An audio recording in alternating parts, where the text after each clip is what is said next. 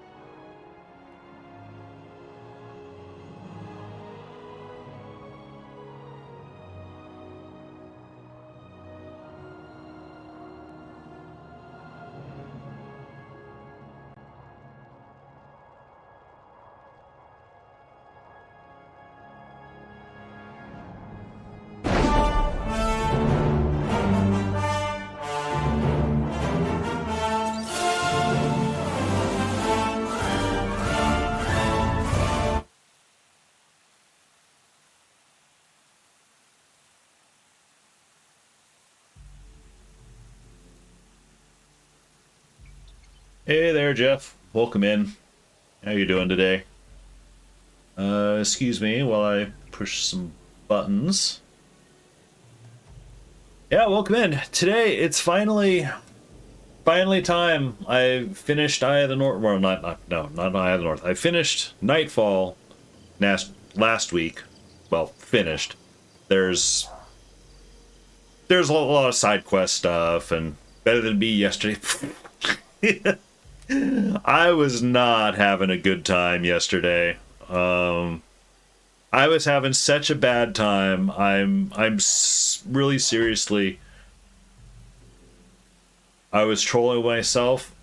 Was I? I mean, the torture thing. Pushing the button. Can you tell me the calm shower? Yeah, sure. I mean, fine. Now, and I ended up getting through the calm tower. Just running and not shooting at anybody. But oh man, it was just bad. So I don't know really what the plan is for Metal Gear Solid at this point. You can submit at any point with minimal issue. So it's a self-troll. Oh, with the torture thing. But I thought I saw something that if I submit, they kill Meryl. Which it felt like I was not supposed to do that. Comm Tower, you're supposed to throw stun grenades. Oh yeah, I keep forgetting about stun grenades.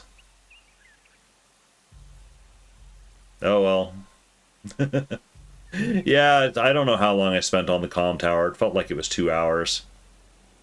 The first hour was running and then realizing, oh, I need to have body armor. So, oh my god. A raid? What the hell? Tabletop Cinema. Thank you very much for the raid. In the first 5 minutes. Yeah, I literally just got started. Hang on. I'm unprepared. Today, I'm a little bit sleepy today, so I was not prepared for anything. Flash from the past, Guild Wars. Ah, Guild Wars fan, is it? Well, welcome in. Give you a shout out here. The dim glow of a monitor, Tabletop Cinema's saga unfolds. A director's lens turned to gaming. They navigate the neon-lit streets of Persona 3 Reload with a filmmaker's precision. But what draws them back to Midgar's slums in Final Fantasy VII Rebirth? Is it nostalgia or a real fate spooling out?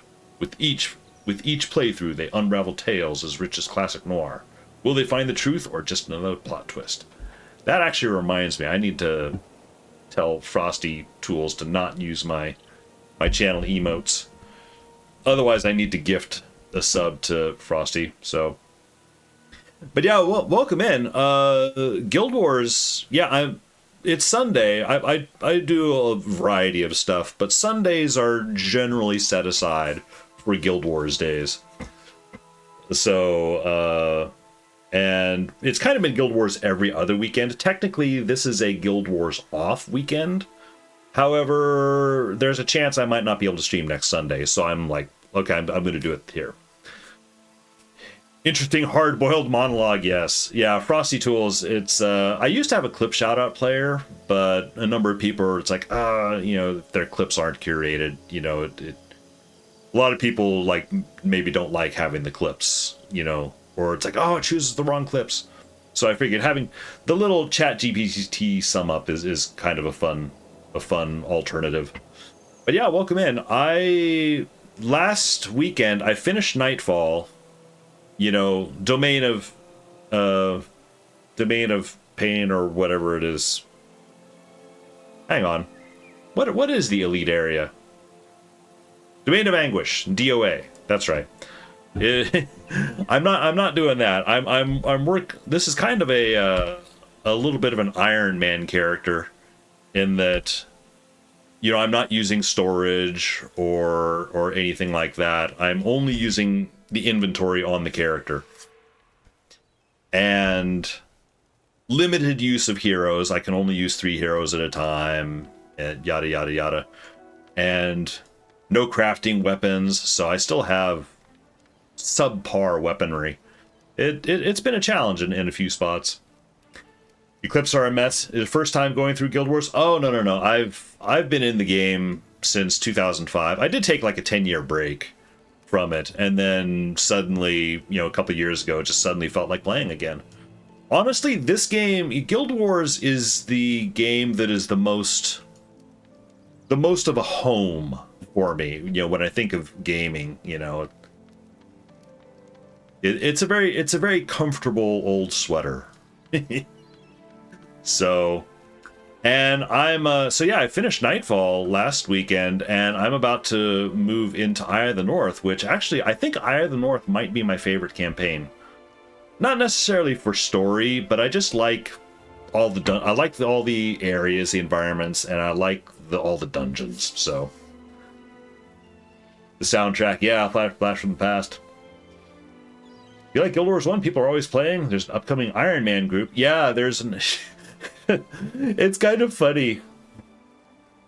You sure? I'm very sure it's not Metal Gear Solid. So Tabletop, to give you a little bit of background on the Metal Gear thing, you know, on my off days, I'm also going through Metal Gear Solid, and that game is absolutely kicking my ass, and I'm really not having a good time with it. So yesterday I had multiple very violent reactions to it, you know, such to the point I very nearly rage quit the game, you know, like for good. I'm still not 100% sure what I want to do with Metal Gear Solid. I looked at a chapter list. I think I've got like 4 more chapters or something to finish, and I hate the idea of a game defeating me. So I kind of want to keep going, but at the same time, the game is really making me miserable. I don't know. It's quite clunky to play. Yeah, the biggest thing that was driving me nuts yesterday is selecting your weapon and selecting your item has always felt weird. But something that was happening a lot yesterday was I would select an item, I would let go of the trigger, and then it would go and select some other item. I'm like, no, I selected that specific item for a reason. Don't go select some other random thing, you know. Yeah, gamer stubbornness, exactly. You know, and I think I'm close to the end. I hate to give it up, but so I'm thinking what I might do. I do also stream on Tuesday nights, and I had already kind of set aside this upcoming Tuesday for something else, but I might change things around a little bit. I'm thinking I might do one more Metal Gear stream Tuesday night, try to finish it. And it's been a blind playthrough, so what I might do is I might watch a playthrough. You know, it's like, okay, I just want to get through it at this point. I don't care about blind playthrough, spoilers, any of that stuff. I just want to get through it, you know.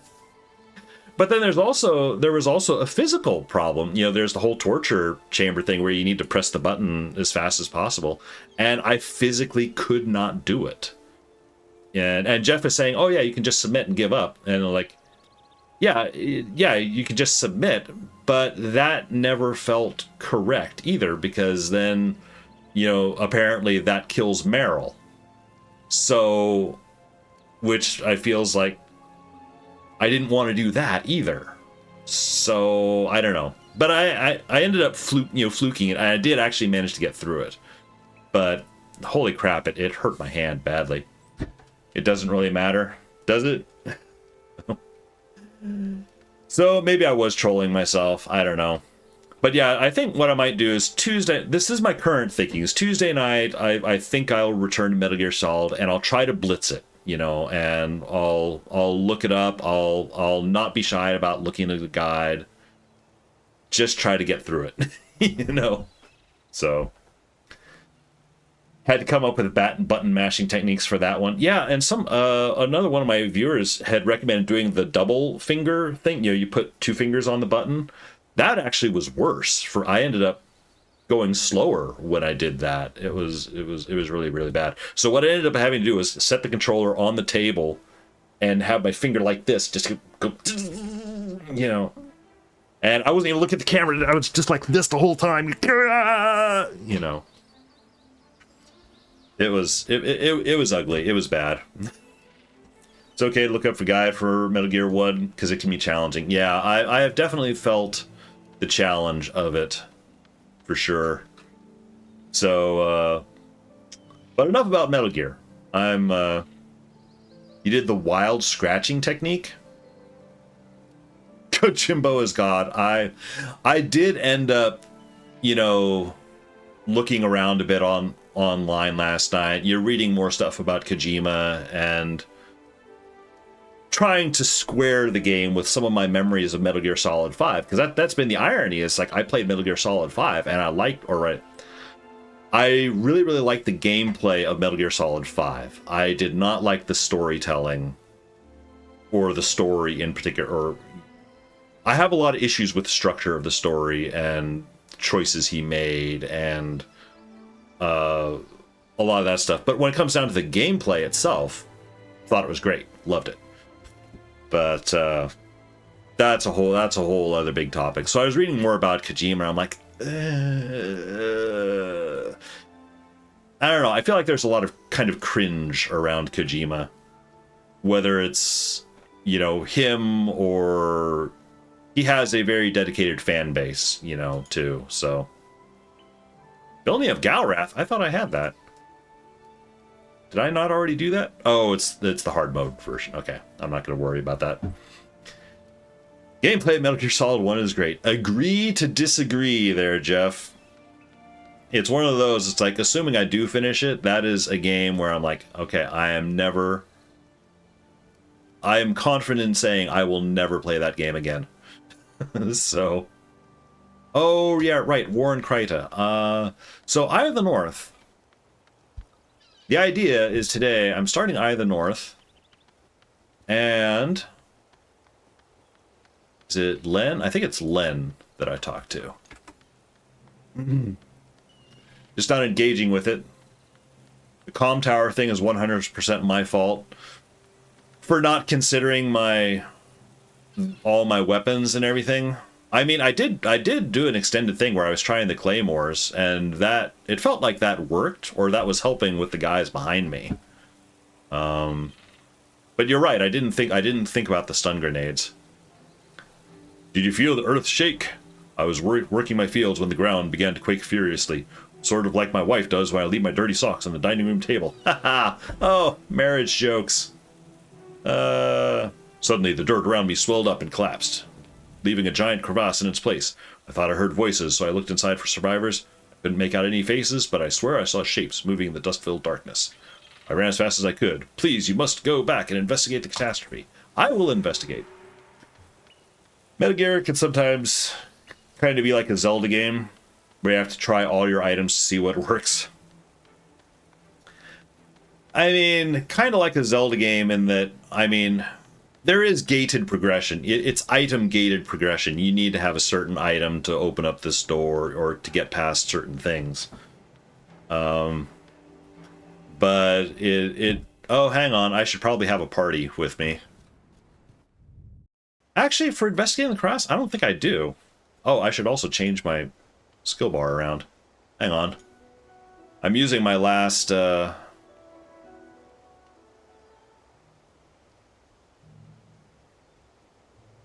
skill bar from the Abaddon fight. The Abaddon fight was funny because I ended up not using any of my heroes. I ended up just let's bring Zojin's haste as well. I ended up just bringing in henchmen. My heroes were so badly built, you know. Oh yeah, right. I was gonna add. So I am currently limited to 3 heroes at a time per self-imposed rules of the Iron Man. I'll bring, let's see, Margaret, Norgu, Elias, and then henchmen for the rest. Yeah, Elysia, come on. Oh, right. They're all level 10. You know, I don't think it actually really matters. Because I think this first part is just a run, if I recall. Alright, there's Mox. Lion Scout. Gabriel? Oh, defend North Carter preference. Yeah, okay. I'm not doing that.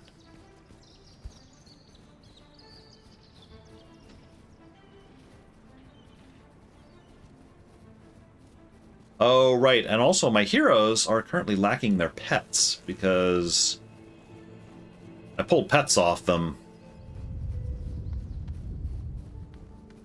before the Abaddon fight. I'm 100% going the wrong way. I am... It'd be a sad state of affairs if I'm too out of it to even play Guild Wars. Nah, I'll be fine. It's not like I'm doing anything in hard mode or anything. Oh, I do need to... Oh, shit. The Titans... Oh, right. Because defend North Kryta is on. Oh, shit. Hang on. My mouse that has the MMO buttons isn't working. So I can't actually activate my skills properly. Shit.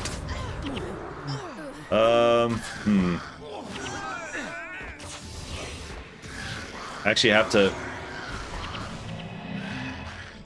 Oh man. This is not good. Okay. I don't know what's going on.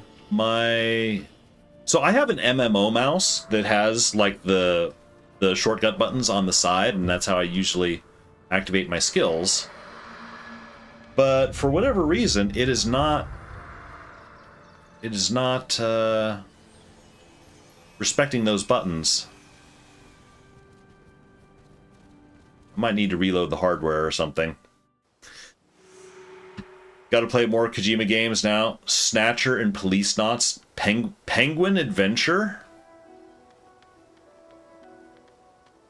I mean, I'm open to a game called Penguin Adventure. You know, a game like that, it sounds like there wouldn't be like really creepy, you know, camera angles, you know, zooming in on, you know, characters' butts all the time. Okay, so hang on. I apologize for having to do this, but I'm gonna have to bail out of Guild Wars for a little bit. I'm gonna pop up just chatting here while I push a... Oops. While I push a bunch of buttons. Reading way too into that with the Sniper Wolf scenes? Way into what? The camera angles? The camera angles are, you know, pretty obvious and distracting, and not in a particularly good way, I felt. Here, hang on. Logitech. I might actually have to download some software here. The game literally pans up from the ground on Snake's ass, too. And it's not that crazy with Sniper.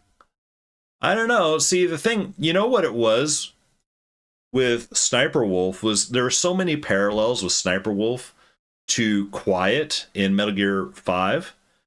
And Kojima famously scolded people for, you know, talking about Quiet as, you know, sex object and everything. It's like, oh, once you learn her story, you'll feel ashamed for thinking of her as a sex object. It's like, okay, so yes, she respirates through her skin. That's why she, you know, wears, you know, not much in the way of clothing.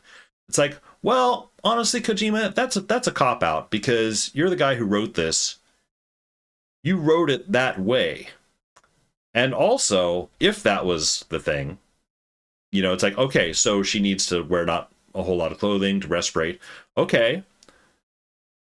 Let's say I forgive that. Why do you, at every single opportunity when she bends over, you swoop the camera in on her ass? Or, you know, vice versa, on her chest? You know, there are conscious decisions being made. It's not an accident of the camera. They're consciously making that call. And it's, you know, it just gets, that stuff just gets very annoying to me.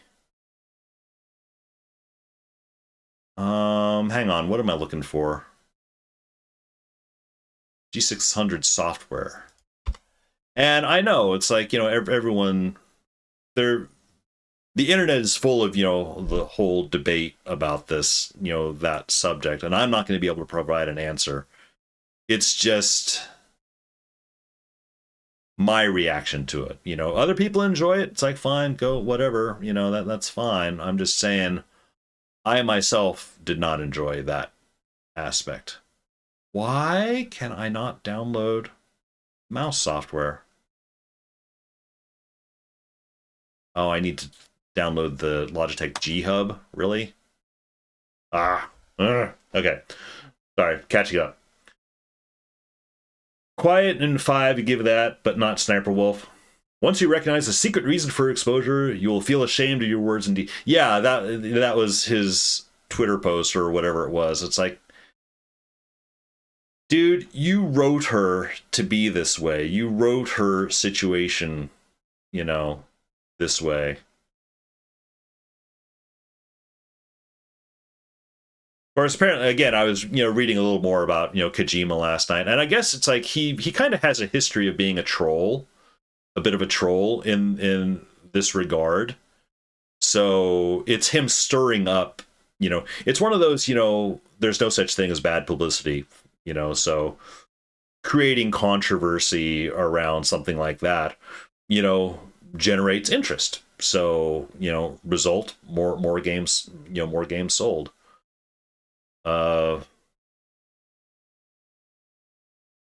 I wish it could have been done in a less exploitative way, you know. It's not an accident that there's Snake's Butt 2. No one is complaining. I don't recall, you know, much focus on Snake's Butt. Now I've only played, you know, a few of the games at this point, but I don't recall a whole lot of the same level of, shall we say, sexualization. So apologies for the chatting. I'm still installing this software, and I'm hoping that it will wake up the mouse properly. It's spy movie shit. There's always sex appeal. Yeah, yeah. You're right. If you go back to the Bond movies, oh man, if you go back and watch the Sean Connery Bond movies, holy shit. You know, some of the shit they pull in those movies, unbelievable. Now, when I grew up with the Roger Moore Bond movies, which were still, you know, fairly bad, but also those movies were so cartoony, over the top. You know, I was watching them as a kid. I didn't realize that it's like, oh, this was supposed to be serious spy stuff, and it's like, no, this is goofy cartoon shit. I remember the first time I saw, what was it, Dr. No? You know, one of the first Sean Connery ones. Dr. No starts out actually very, what the hell? You know, doing some very simple real world spy stuff, and I was like, oh, whoa, this is actually a little more grounded. You know, I mean, he's a, sexist pig, obviously, but some of the low level spy stuff, I was like, oh wow, this is not like the Roger Moore stuff at all. Snake's butt is an iconic meme. Wait until you play Metal Gear 2, you'll okay. So they sexualize Snake more in 2. Is that it? Oh, whoa. Okay, this has already changed my mouse. The mouse speed is slow now. Stay up to date. No, I don't want all the spam. I just want the mouse DPI speed. Whoa, that is way too fast. Let's split the difference here. There we go. Assignments, keys, actions. Sorry, I'm messing around. I've got this, mouse profile here. Okay, it's saying the number buttons are mapped on the key, so I might be able to play Guild Wars again, hopefully. Like it was working last week. I don't know why the trouble. Metal Gear is goofy. Yeah, so what I've gotten from the story, it's like it's really goofy stuff. I don't know if they've already said or if I'm just expecting where the story is going to go. Is that Snake is effectively a clone soldier kind of a thing. Because there's already the talk about this whole Liquid Snake and DNA from Big Boss and all this stuff. It's like, oh, plot twist, It's what makes it great. Yeah, I don't know. I think maybe I'm just not connecting with it. And hang on. So let's see. I'm switching back to Guild Wars here, hopefully. And hopefully, the buttons will work. It's literally in the briefing you should have read. Well, okay, so if I read it, I didn't retain it, or I retained a impression of it. So I'm gonna dash outside here real quick and make sure the buttons work. Oops. No. Don't. I just typed D into the Lion's Arch chat. Please, nobody pay attention. Want to spoil Metal Gear 1 and 2, not the MSX games? Yes! I can use my buttons now. Okay, cool. Cool. I might actually be able to play the game now. You know what, Jeff? Sure. Because apparently I'm not paying proper attention to the story of the game. That's another thing. It's like the story will stop and they'll have these long drawn out radio, conversations in the middle of battles. I'm like, that's another disconnect. There's so many disconnect points that I have with Metal Gear. And I mean, I guess I'm just being too hard on it. For a PS1 game, but it just none of it feels quite right, for me. Metal Gear 1 and 2, you go and fight Big Boss and kill him twice. Want to play in Spain, that plot thread? Okay, I'll just guess there's some kind of cloning story. Real or imposters or otherwise.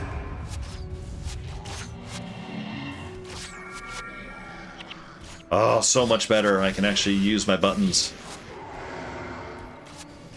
You're a clone of Big Boss, okay. And Big Boss was the guy you are in Metal Gear 5, if I recall.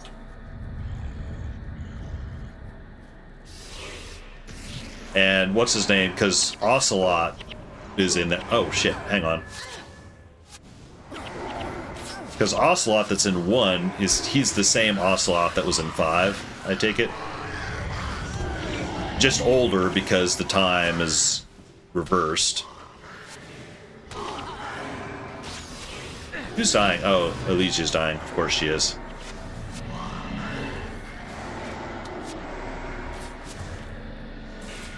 The irony, it's like, yes, the Titan quest is active, and... Oh, hey, fire stuff. Oh, shoot, my inventory's full. Oh, 4-leaf clover, I shouldn't have that. Hang on. This stuff up. Margid. Get up. No, but yes, okay. You're Venom Snake in 5, and if you beat it, then you're big trolling. If I beat... I mean, I did beat the game. I mean, I fought the Metal Gear thing, and the little blonde kid that we captured from Africa, you know, then went and stole the Metal Gear thing and flew off, and unresolved story.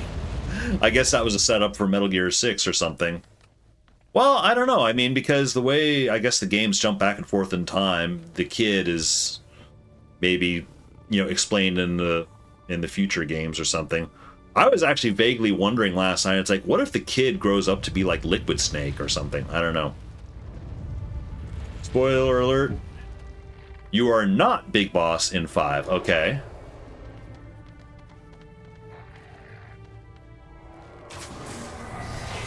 It's been several years since I played the story of 5. And I didn't care for the story in 5, so I haven't bothered to replay it. I do get into Metal Gear 5 every now and then, but it's mostly just to run, like, FOB missions.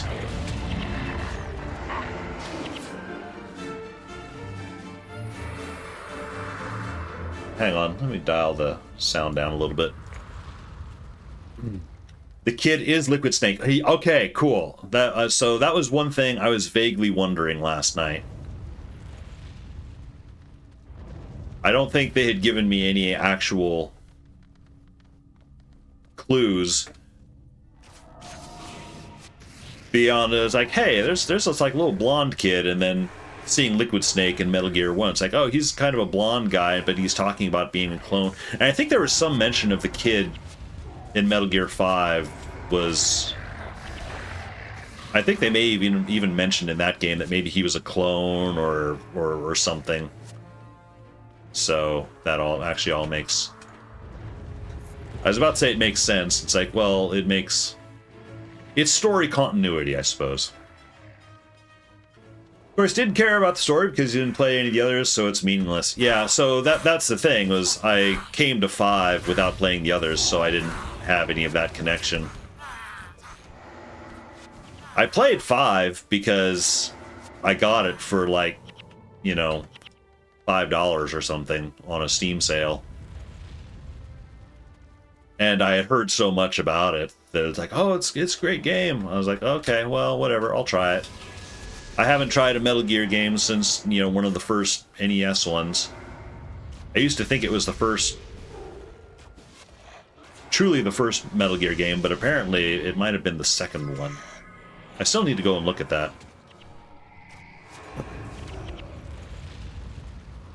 To understand Metal Gear 5, you need to at least play 3, Peace Walker, and somewhat 1. Well, I figured there was this whole history thing, but I remember hearing at some point, it's like, oh wait, Metal Gear 5 actually is kind of a prequel, timeline-wise, to the others. So I thought, it's like, okay, well, to me, that suggests that I could play it. I mean, sure, there'll be name drops and things that I won't understand, but at the same time, chronologically time speaking, I wouldn't think that it would matter too much. You know, beyond maybe getting a little extra backstory on stuff. Oh, I'm not going to pick that up. And which way? This way. Oh yeah, I have my run buttons.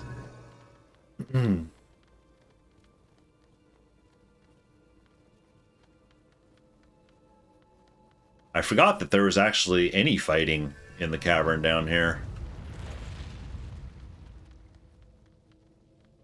I thought it was all just running. It's like, no, just the first part.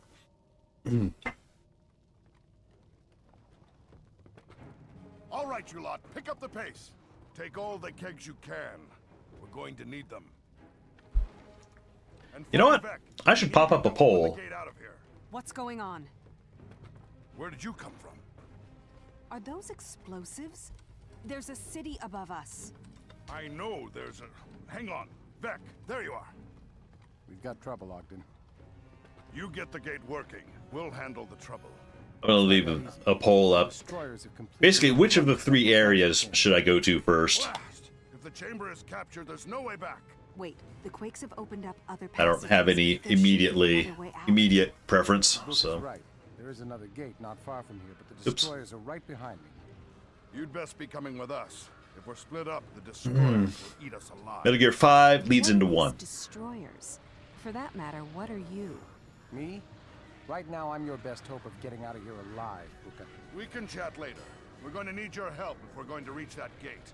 Everyone, ready to move out. There are Somehow- destroyers coming. Somehow Vec is always a little bit larger than I remember.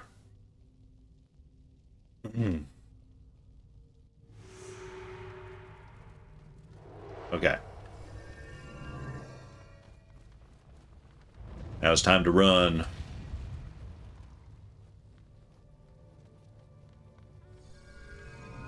And I didn't need to equip running skills, but did just because. Makes things a little bit faster.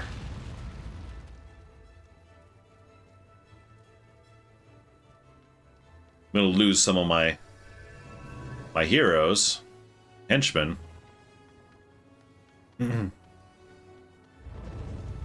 So, so chronologically, I would start with 3, then go to Peace Walker, then to 5, then to 1, 2, then Solid 1, Solid 2, and Solid 4. Well, Jeff, that's not confusing at all. Like, oh shit! I took a detour that I shouldn't have. Here, I went down these stairs. So it's like, yeah, I have played these games, you know, the game a lot, but at the same time, it's been quite a while since I've done this one. They should just be played in release order.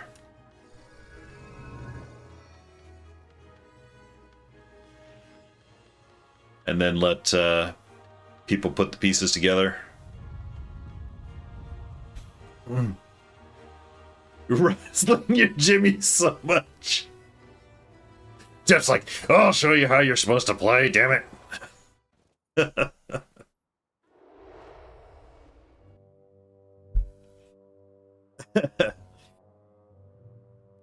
You know, if I can inspire the youth of America to, I don't know, do something, you know, it's not past the controller.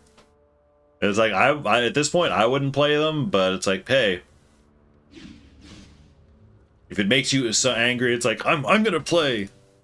I'm gonna prove these are great games. Yeah. Vec, disable that gate. Everyone 36 else, now. Set up a perimeter. Yeah. Where are we? The far Shiver Peaks. More importantly, we're away from the destroyers. There are few. I'm still older, man. You are still the youth of America as far as I'm, No. as far as my relative age is. What's wrong? They're called the Norn. They're big, tough, and very, very bad-tempered. We may have to fight our way out. Your friend is half right. Not many dwarves come up here. Or humans, for that matter. There are humans up here then? Yes. I should appreciate If Metal you Gear. survive long enough, you may meet them. See, that's the thing, is the whole PS1, Do not PS2. worry. You don't have to fight me. I am hunting bigger prey than you. Where do we go from here, Ogden? You know, that whole era of console gaming was when I was disconnecting from gaming, because that was when I'd graduated college and I was going out The only way we in can go. Forward. into the world to work. And honestly, I just didn't have time, you know, for gaming in general. I had a GameCube I did make time for playing Wind Waker when it came out. But beyond that, I really didn't. I kind of stopped playing games in any serious way. Hey Pazu, welcome in. How you doing? I am finally starting up Eye of the North, which makes me happy because this is. I always enjoy Eye of the North. Let's bring Zoe. I like that it's just, nothing but level 20 content. Load this. Oh, I also need to mess with... What was I doing that I completely unloaded her skill bar? Oh, I think I was resetting her skills right before I decided to just end up using heroes. And oh shit. All right. Missing a lot of stuff here. Let's see. It's another. Never touched Eye of the North. Oh hey, Andrina, welcome in. How you doing? Yeah, I'm finally here. I'm finally in Eye of the North. I'm resetting skills because apparently I messed up all my skills. Let me get. Hang on. I need to get everyone with their pets back. They all need the tigers. And I didn't save the hero build, so I'm just throwing Blood of the Masters on there. Okay. Taste of Death. Yeah, sure. All right. Move it on. Good. I'm doing all right. I'm angering Jeff a little bit over my reaction to Metal Gear Solid. I've been playing Metal Gear Solid for the last little bit and have not been having a good time. I am kind of already wondering what my next game is going to be. I was vaguely thinking one of the Tomb Raider games. I don't know if I'd play an original one or one of the remakes. But I'm also thinking, it's like, oh, maybe Fallout. Max Payne is in the mix. I need to get back to Resident Evil 5. I've got a lot of games.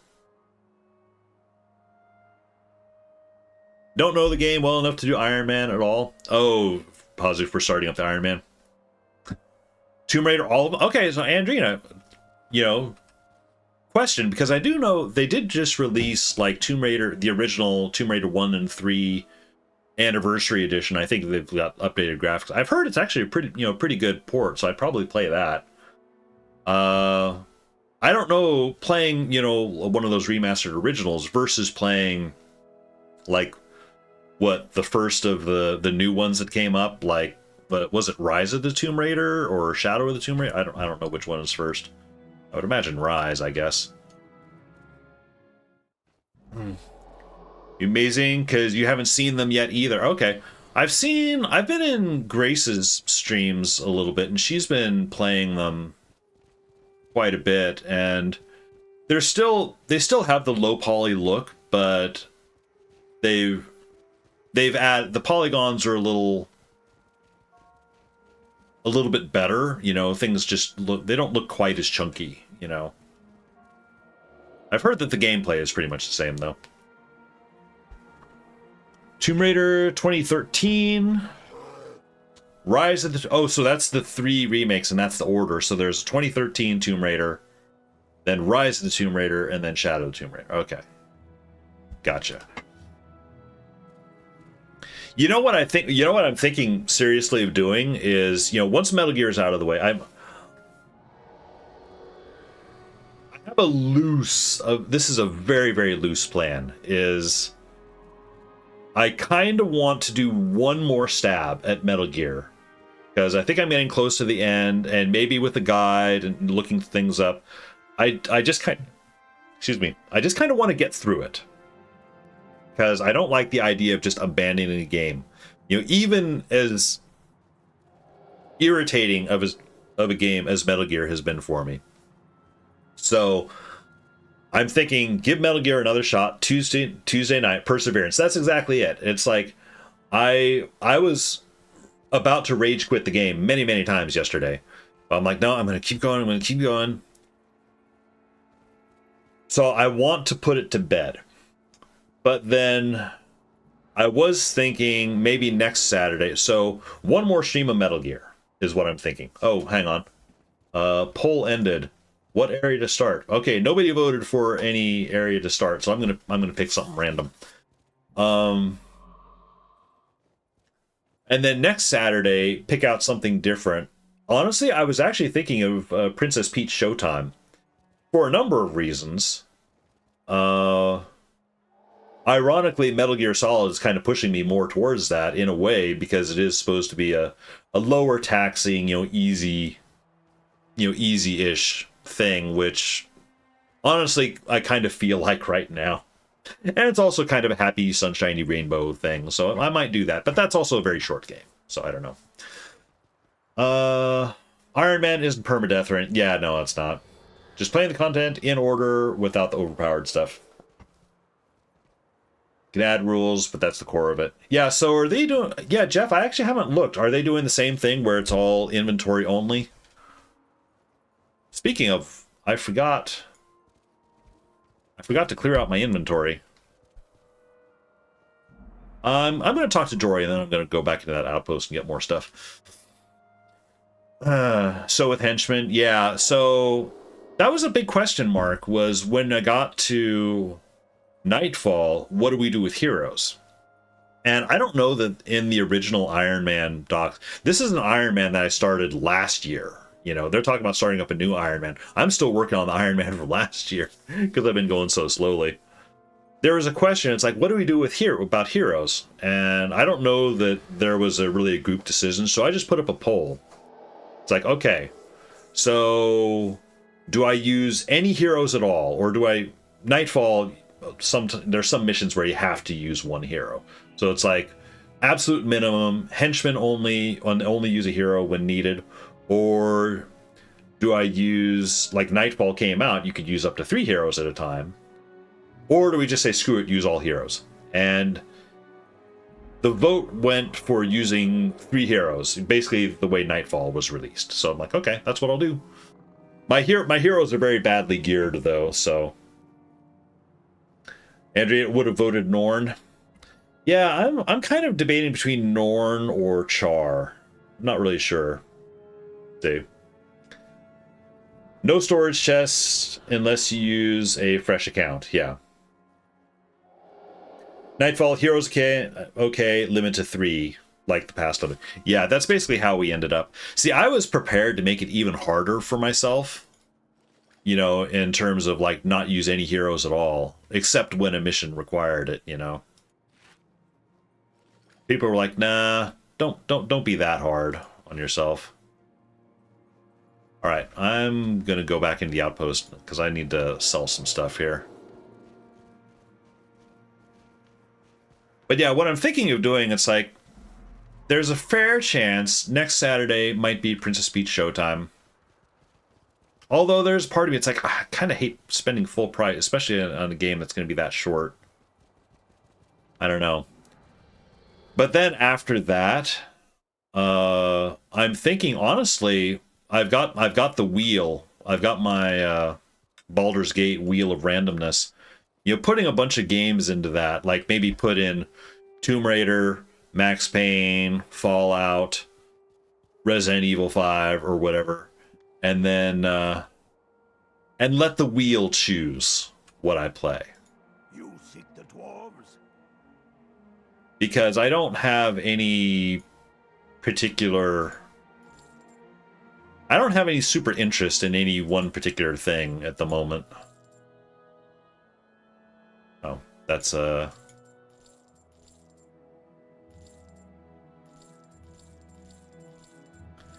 this fire staff. You know what? I'm going to give this fire staff to Vec, since I just got him.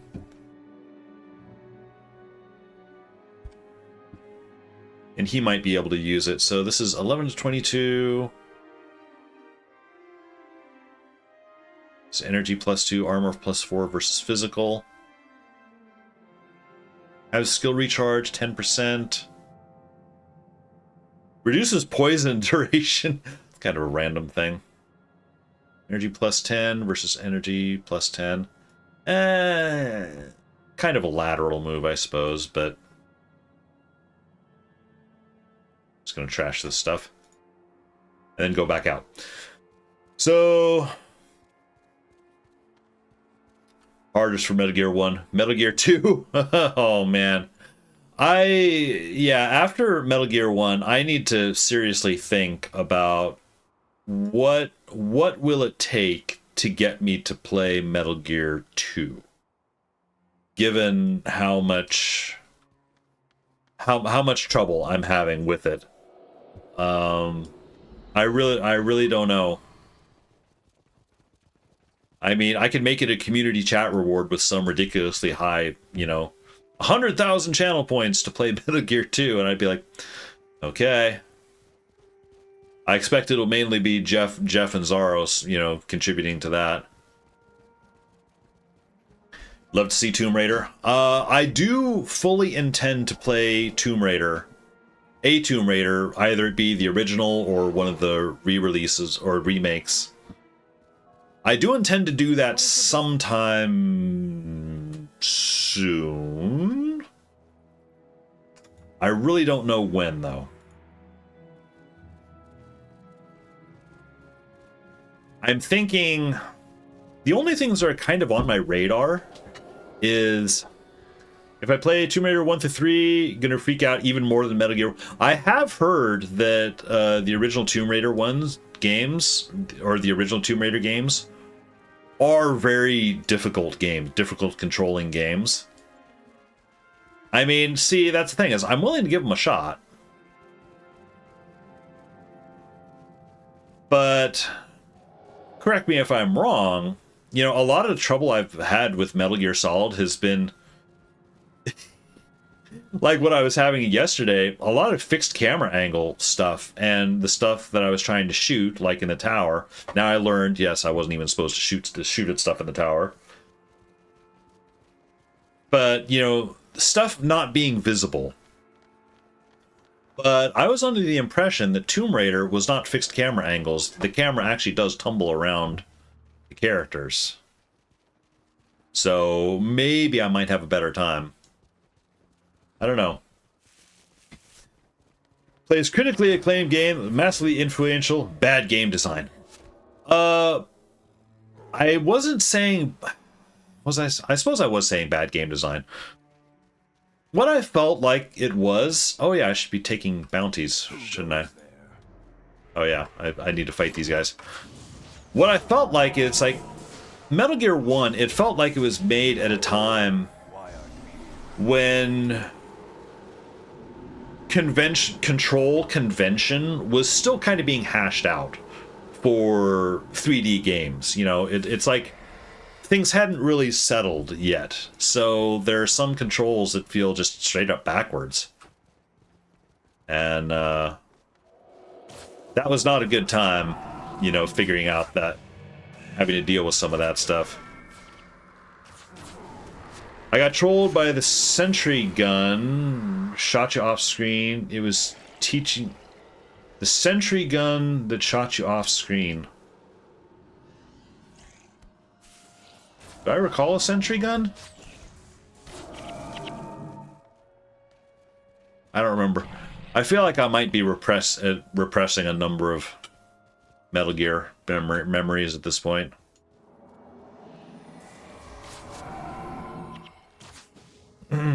Reminding you can look in first person.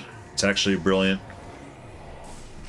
And I have been switching to first person, but the thing with first person is like, okay, yeah, you can look in first person, but then you have the tank control camera turn that turns this slowly, so that you have to already kind of be aiming where you want to look. You know, it just doesn't feel good. Oh, and there was a trap. So, wait, two of your favorite games are not well received. RE3 and Metal Gear Solid 1, but it is what it is. See, I've thought a bit about, you know, Resident Evil 3. I stopped playing I stopped playing Resident Evil 3. I would be willing to play that, especially after Metal Gear. It's just that Resident Evil 3, you know, kind of pinched me at a rage point. You know, there's that one tight area where Nemesis was, and which was immediately followed by the Gravedigger fight, which I did ultimately get through. You know, it felt really, really bad, but I did get through it. The reason that I did not continue playing the game is not because I rage quit, because I have been raging far harder at Metal Gear than I think I ever did at RE3. The reason I'm not playing RE3 original to conclusion is much simpler. It's that I don't own the game. I can emulate it, and a lot of people are like, oh yeah, emulating is no problem.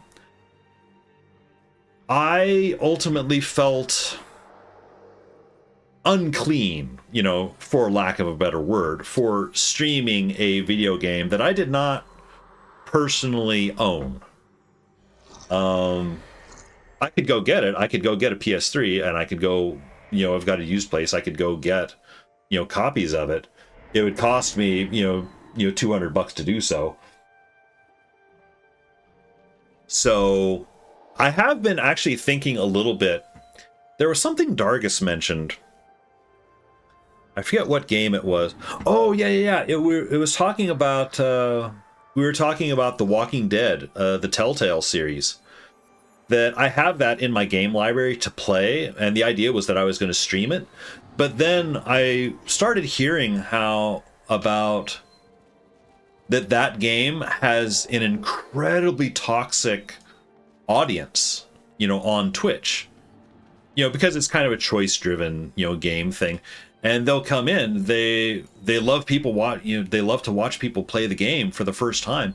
But if you mess up and you make a wrong decision, they'll start, you know, badgering you, and it's like, no, you need to reload, you need to restart, you need to go back, you need to make this decision. You know, they're really aggressive about telling you what you need to do and how you need to do things the right way, which for a decision-based game is like, I don't want to deal with that.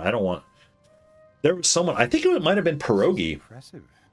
Even by Assurance who was standards. playing it. No dwarves. She got one of the characters killed, I guess, and she had a number of people come into her stream, No. and this they was were absolutely, more powerful than me. you know, Still, we may find your people- insulting her, being incredibly mean, True. telling her you need to restart, you need to redo this stuff. And she's like, Fight the destroyer. no, Watch out. I made the decision, I need to live with it, you know. Don't move.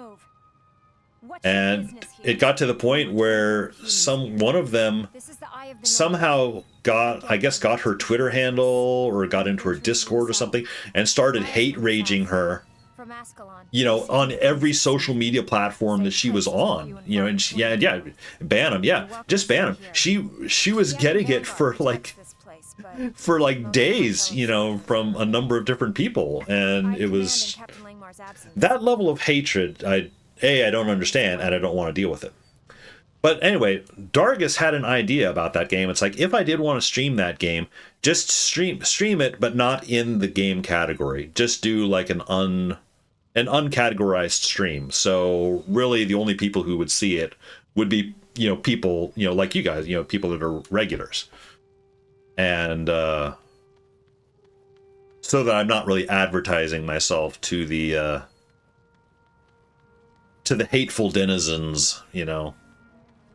I've considered that. So, but what I thought about then, it's like, you know what? I thought I could maybe do that. I could go back to RE3, you know, the original RE3, and stream it in the uncategorized category. so that, yeah, it would really just kind of be more for you guys. It's like, hey, you know, if anyone wants to see me finish up RE3 original, I wouldn't upload it to YouTube or anything. It would almost be a private stream kind of a thing. I mean, and if anyone's looking for uncategorized things, they might find me, but you know, I don't know. So I was kind of thinking maybe doing something like that. I don't know. We'll see. And you know, at the first first sign of any kind of trolling or hate or any of that stuff, they'll be like, okay, well, I pack up my bags and I'm not going to finish the game, or not finish the game on stream. You know, I don't necessarily care. You know, if anyone hates you, we defend. Thank you, Andrina. Appreciate it. But it's like, I just didn't understand that mindset, because I think about, and I mentioned this before, it's like, it's watching a game like Detroit. I enjoy watching people play Detroit for the first time, because again, it's a decision-based game. I want to see what they're going to do. I don't want to tell them exactly what to do, because that's the whole idea of a decision-based game, is they're making the decisions, you know.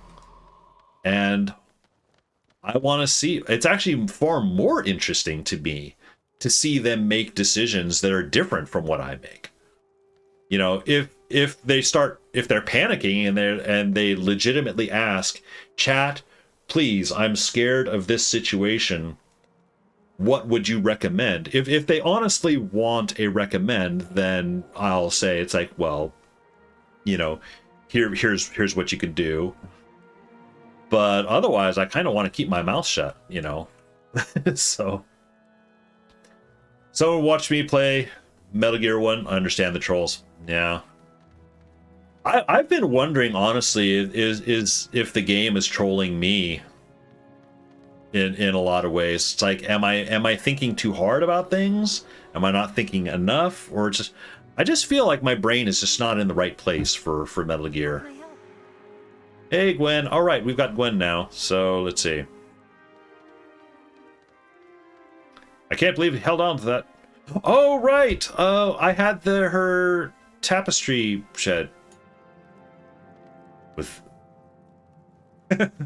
Wow. It's been so long, and this thing has been in my inventory. I'd completely forgotten that I had this in my inventory for a year and a half, almost a year and a half now. Year and a quarter. We started this playthrough in what, January of last year. So you do the quests after Vanguard, yeah. Mentally check down on it, so you're not going to engage with it or appreciate it. Yeah, and that, Jeff, that is true. I do admit I have really kind of checked out on the game, which I also kind of hate. You know, it's I don't feel it's fair. And I love you, random citizen.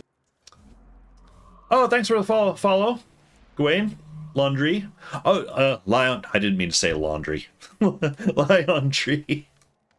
I saw you come in earlier. I didn't welcome in, and thank you for the follow. Let's see.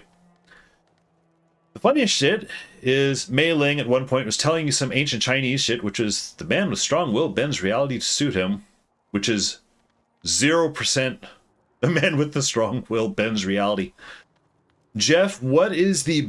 Show me where the bend reality button is in the game.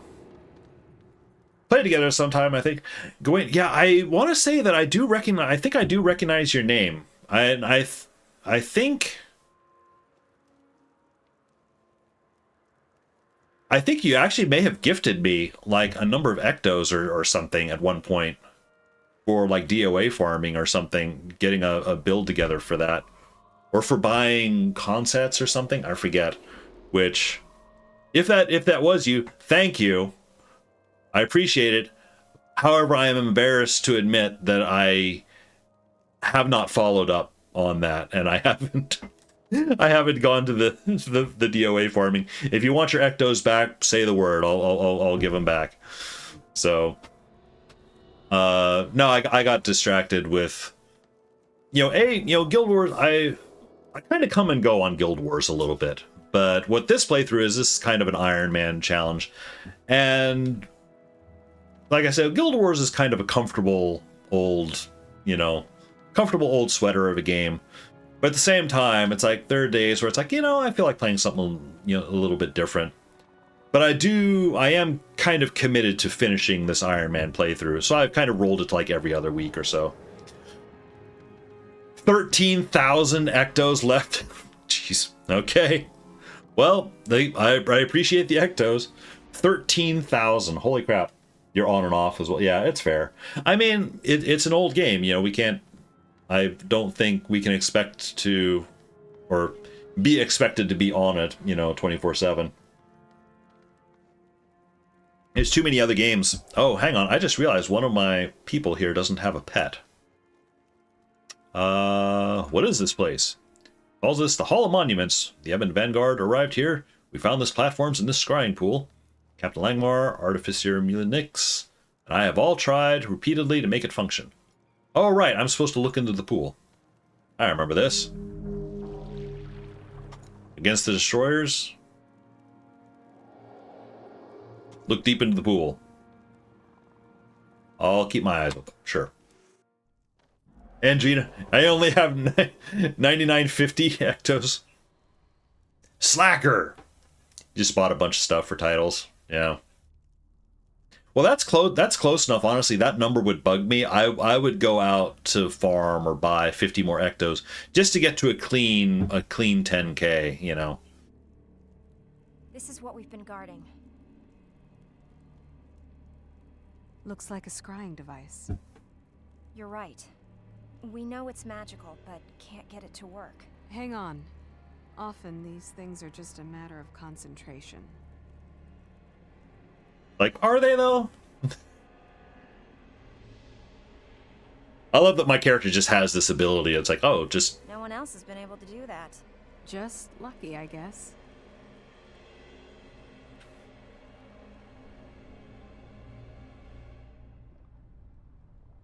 Right, it's going to show visions of destroyers.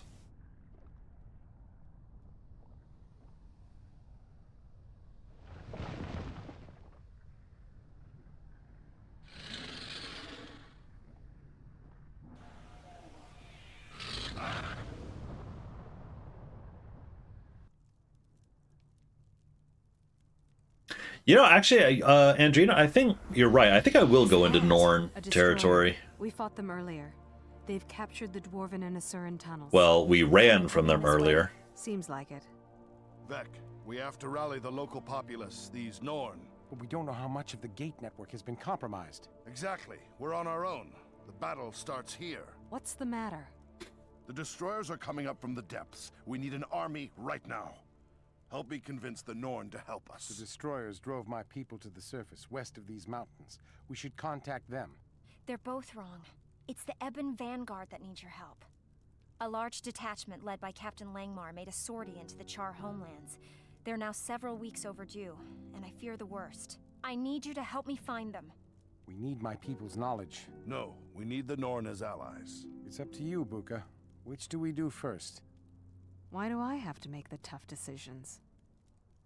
You're just lucky, I guess. I was just passing by, and then I just suddenly get all this responsibility. But yeah, I think it'll, How can I help? maybe we'll do the Norn business. Oh, now we have Gwen. Okay. Missing Vanguard. Thank God someone has finally come to help. Ebon Vanguard has gone missing. Captain Langmar and the bulk of the Ebon Vanguard planned to pass through Long Eyes Ledge to the east for a raid into Char territory. However, they are extremely overdue. I swear to Lissa that if those inhuman beasts have harmed Captain Langmar, I will make them all pay. So I have another reason for kind of wanting to do the Norn stuff, or at least get to Gunner's Hold. Good luck, have fun with Isle North. Heading to bed. Yep, see you, Gawain. Thanks for coming in. Thanks for the follow. Thanks again, retroactively, for those 250 ectos, I believe, a year or two ago. View the monument. Oh.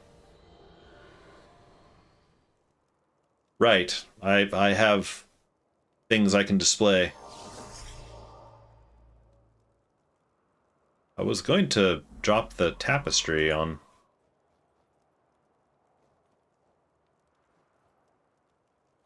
We'll go ahead and drop all of these on here. Oh, the tapestry goes on one of the other 4 ones.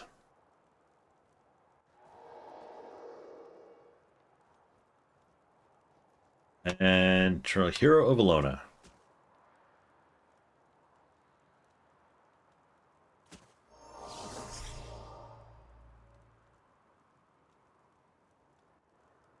All right.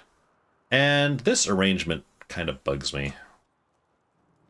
Let's cycle. Yeah, that works. I kind of like having the Lich in the middle. All right, I'm just going to hang up the monument. Or the tapestry somewhere just to kind of get rid of it. Get it out of the inventory since inventory is a bit of a premium.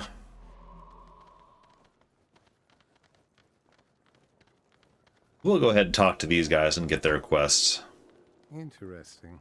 There's no time to lose. If we have to have any chance at all, we need the knowledge of my people. You can reach my homelands by traveling west to a gate located in the Bloxon excavations. Should take us where we need to go. And then Ogden. Hail and well met. Destroyers have ventured dangerously near the surface, and dwarves are few and far between up here. We must gain allies we can rally into an army. Only then can we repel this threat and keep those blasted destroyers contained beneath the surface. At Norn, who didn't attack us on sight, she might be an excellent starting point for creating the army we need. And I think he...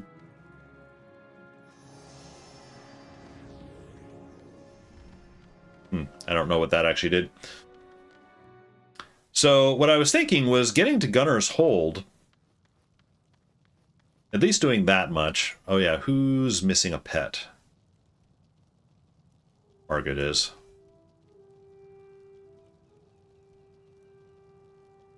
Yeah. Welcome, friend.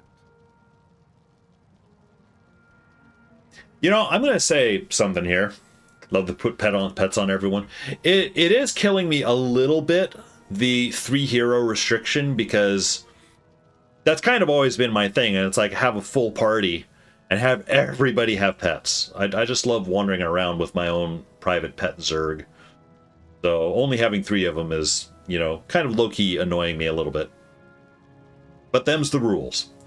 I do think... So I kind of blitzed through Nightfall as quickly as possible. I do think, in general, in Eye of the North, I'm kind of going to slow down a little bit. It may be that I end up just doing a dungeon on a Sunday. I'm just going to go do a dungeon or something, you know. And I will do some of the side quests, because Eye of the North reintroduced skill rewards as side quests. Granted, they're PvE skills, but still. Got a problem? Scouts have sighted a Char expeditionary force coming this way through the northern passes. Unless we get lucky, we'll be up to our knees in fur within days. With our main forces scattered throughout the Char homelands, we have no hope of defeating this force ourselves. Will you and your friends help defeat? Sure, why not? How can I help? Will I eventually get Gwam? No, no. I could already tell you that I will not have. I do not have the stamina or fortitude to go for the titles. I might get, what's the first one? Is it, you know, I'm kind of a big deal?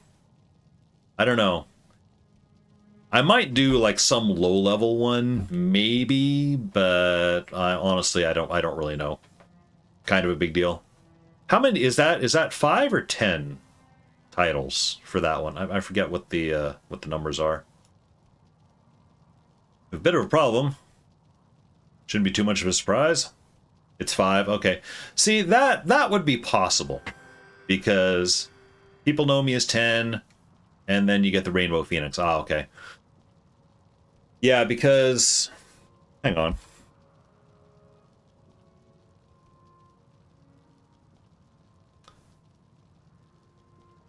So, I would need to do...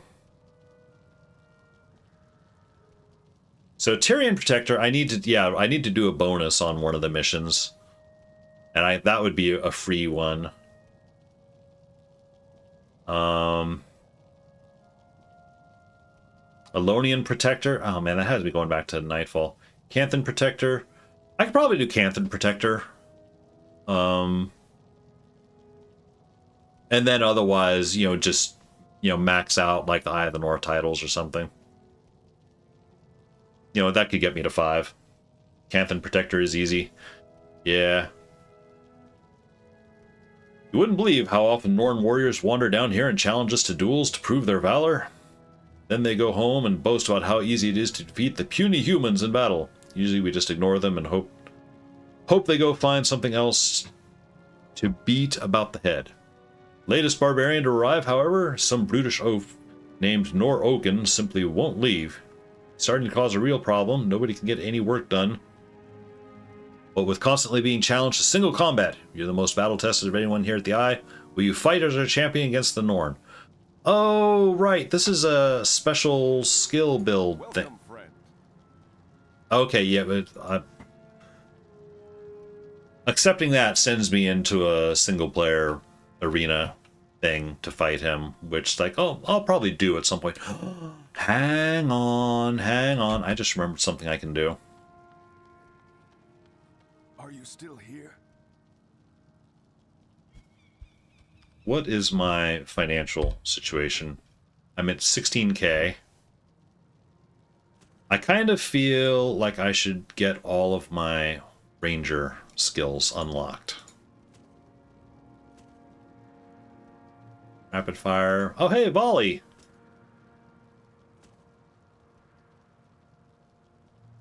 Piercing trap. Poison tip. Signet is useful.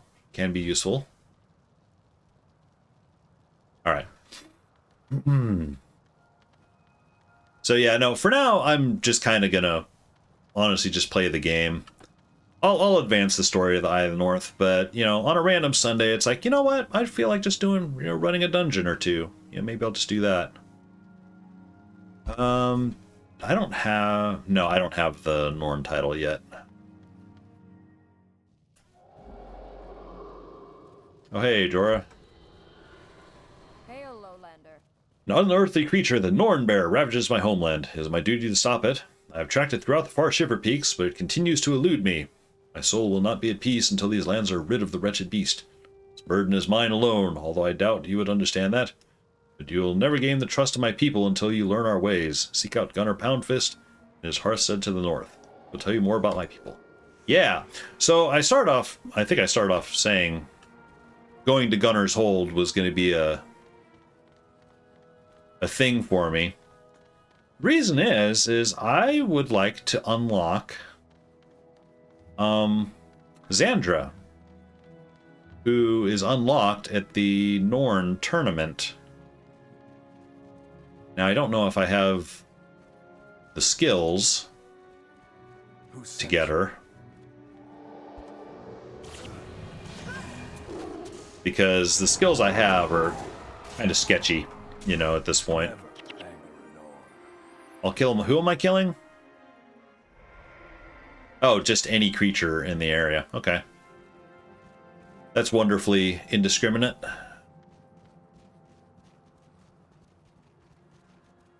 Johann the Oxflinger? Is he a... Oh, yeah, I should be running around with Signets of Capture.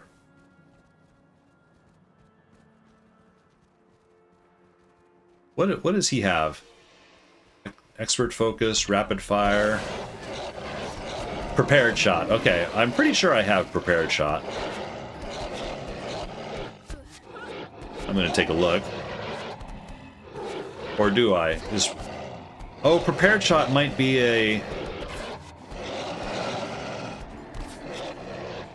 I do not have Prepared Shot. So that would have been good to buy. Oh well. We still have wolves here, huh?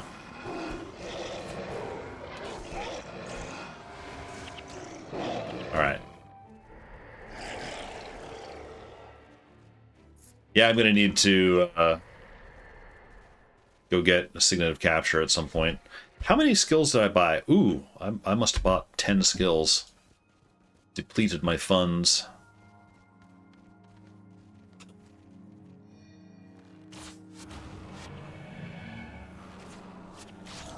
Oh, I don't know why I keep trying to bleed the elementals. I just have it.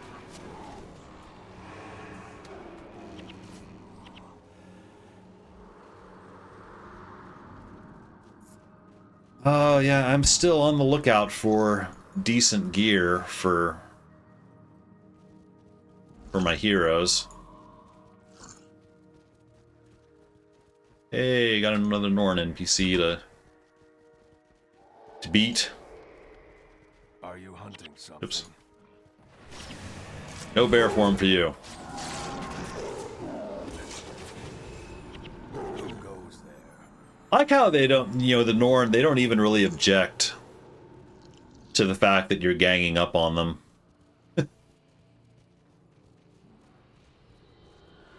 Although, you know, Norn is Norn, they're probably like, ah, the more the merrier. The more the challenge. Never anger a Norn.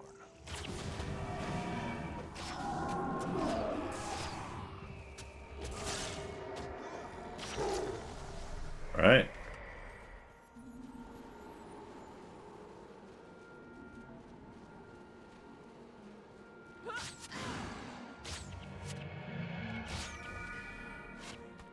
Oops, that was supposed to be a barrage. A splinter, then barrage. Ah, there's another boss there. I want to be careful about over aggro, though.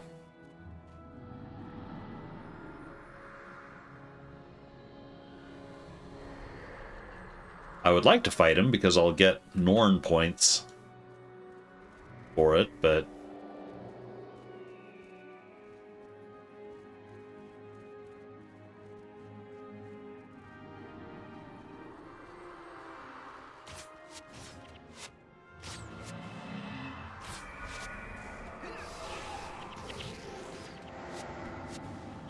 Okay.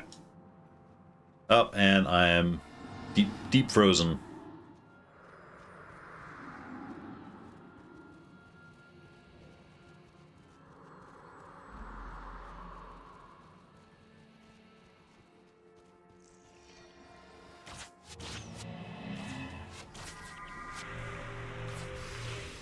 Oh no, not blurry vision.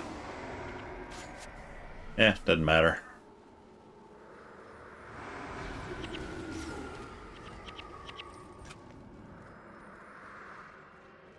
Yet another Norn to beat up.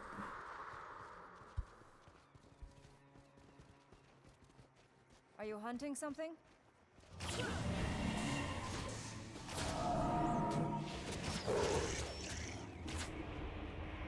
Right. Oh yeah, I should be talking to them again for bonus. Oh, right. I need to like kill like 25 enemies or 50 enemies before they start giving me bonus points.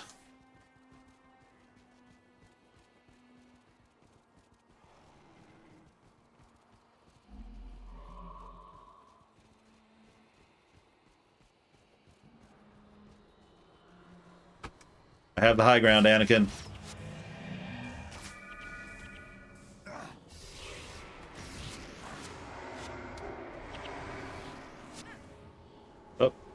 Oh, that avalanche got Maelstrom off. I didn't notice it until it was too late. Oh.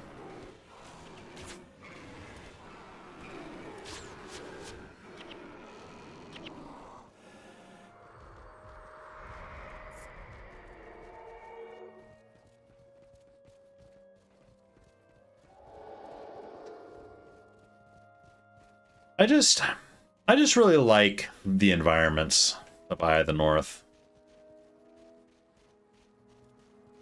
People always ask, like, what's your favorite campaign of Guild Wars? It's like, there's a part of me that wants to say Eye of the North, you know, for the dungeons, the environments, all that. It's like, but at the same time, Eye of the North, it's really not a long campaign or a fancy campaign.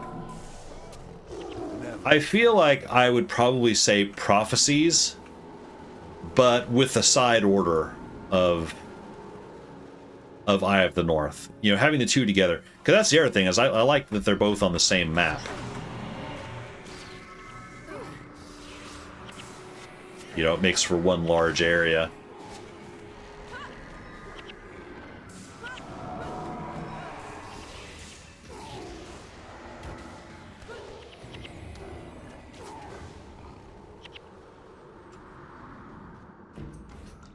Oh, lost another pet.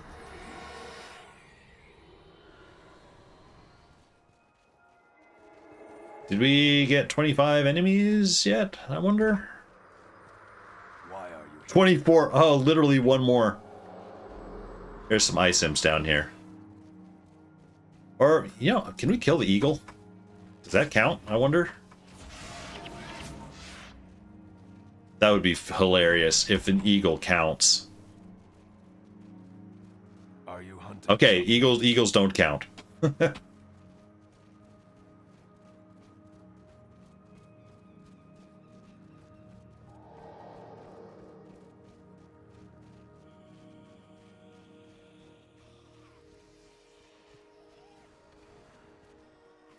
Ah, the wolves and the imps are not friendly with each other.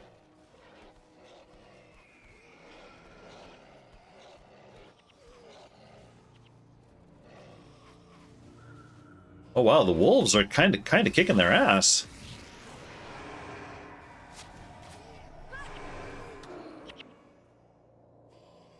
Okay, so we got 10 reputation points for that.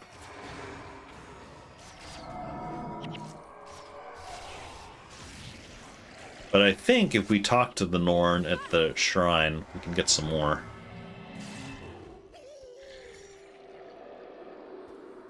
I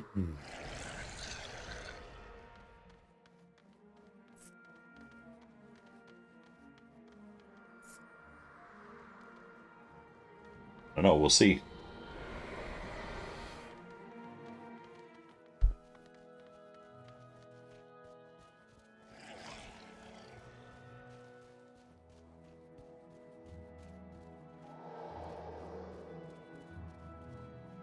Like, well, it might be a favored campaign of mine. It's like, Are you hunting something? okay, yeah. Talking to him gave me an extra 20 points. So 25 is a threshold for getting bonus numbers.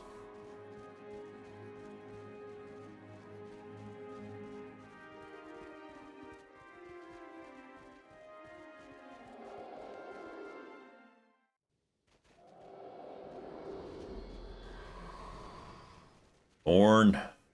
Are you hunting something? Fight. Interrupt. Bleed. Oh, he was already bleeding, but alright.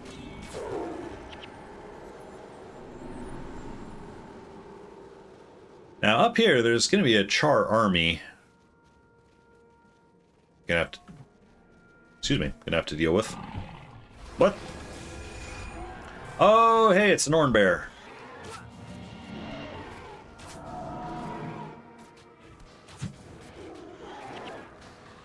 I forgot that he just pops up. That's the Norn bear that Jorah is after.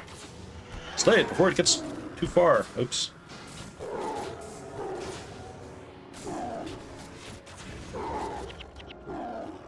Yeah. And he disappears. Because he's a very flighty enemy. Alright, there's Gunner's Hold. Kinda thinking of tackling the army. It should just be up this way, though. Yep, there they are. Are you hunting something?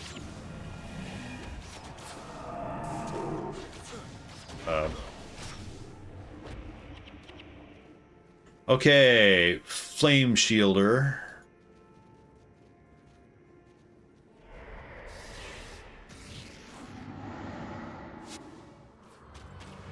I think.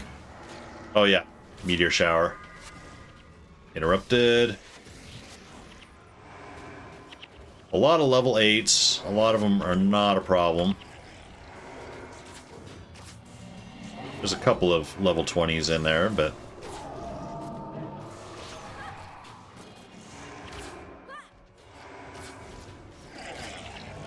generally speaking, not a problem.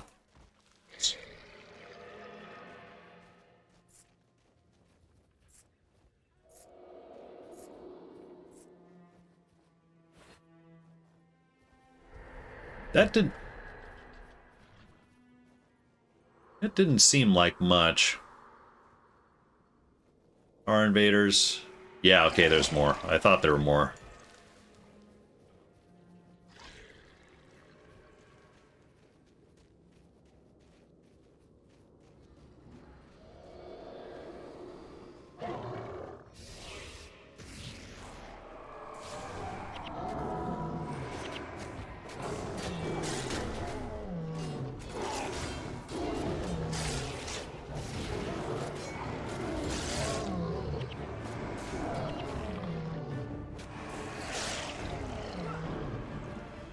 Flame Shieldar. Oh, also there's Dominators in there, which have reses, if I recall.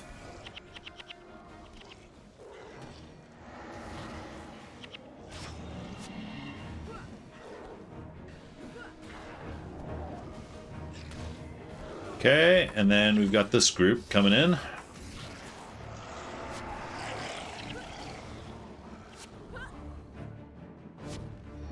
Trying to select the dude.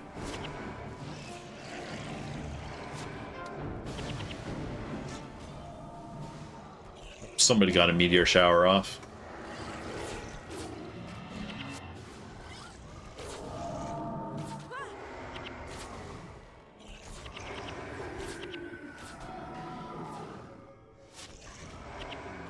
I like this whole thing, you know, wiping out an army. It's not particularly hard. Out of curiosity, how many minions does Elias have? Only 5.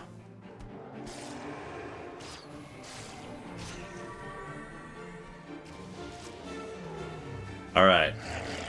That took care of the expeditionary force.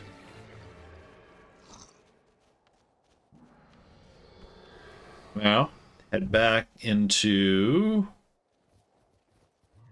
Gunner's Hold. And we'll see about this little tournament here.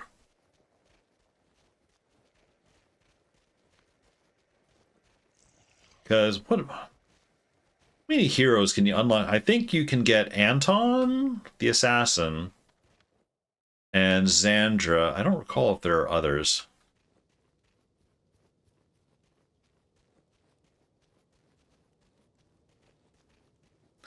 Oh, wait. Got a couple of... Kilroy. Oh, and Dwarven recruitment. You seek the dwarves? So you're a brave one. If you show me your medal, might put in a good word. Do you have any journals? Written evidence? Oh, this whole time I've completely forgotten about the books. I would like a hero's handbook, and I would like a dungeon thing. There is much to do. You need me. Alright, I'm not going to do Kilroy yet. I'm just picking up his stuff.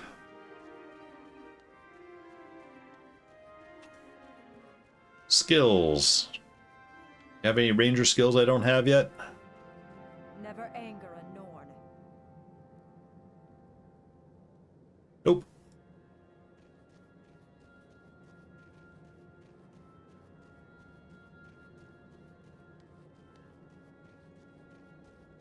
We'll talk to Gunner, get his bit taken care of.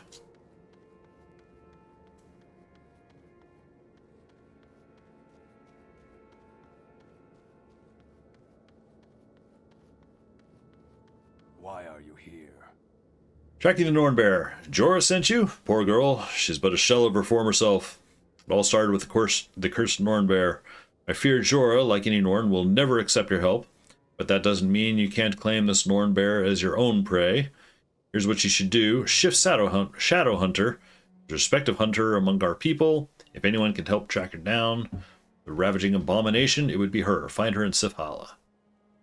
I will do so after I mess around with Magni over here.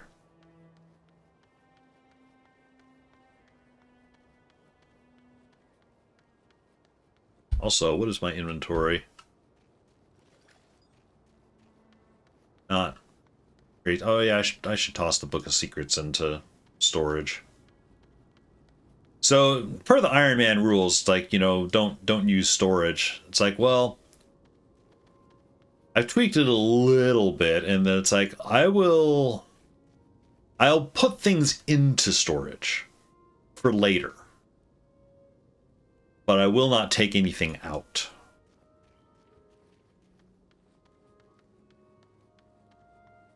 That's kind of my little concession. Annie the Bison, solo quest. I laugh at heroes, I scoff at dragons, I even deride the titans. None have withstood my strong right arm. None have bested Magni the Bison. This tournament will decide who has the right to challenge me. You have something of a reputation among the other weaklings, but you will still need to defeat 5 opponents in my tournament before earning the right to face me. Your 6th and final challenge. And yeah. I will do that. Never. And that's to enter the tournament. And Tear the Skull, I believe he's the one that I turned the books into once I finished them. Yeah, okay. So, let's see.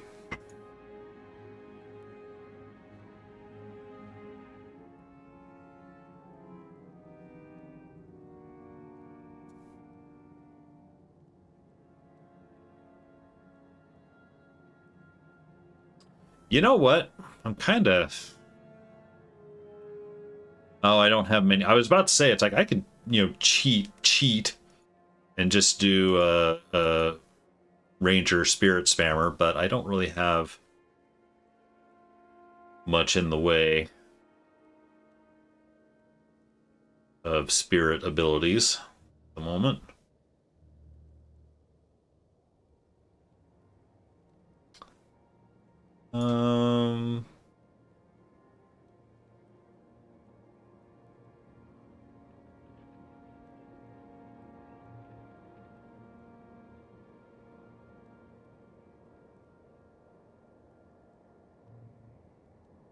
I don't know if you can do trapping.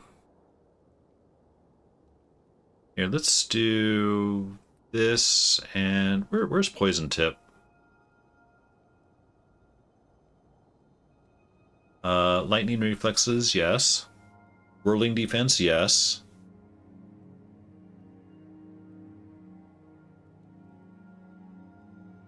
I know I bought Poison Tip.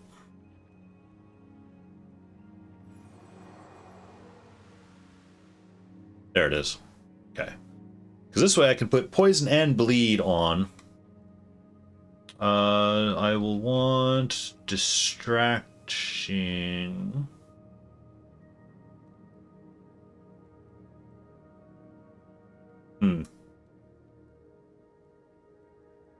Big condition cheats.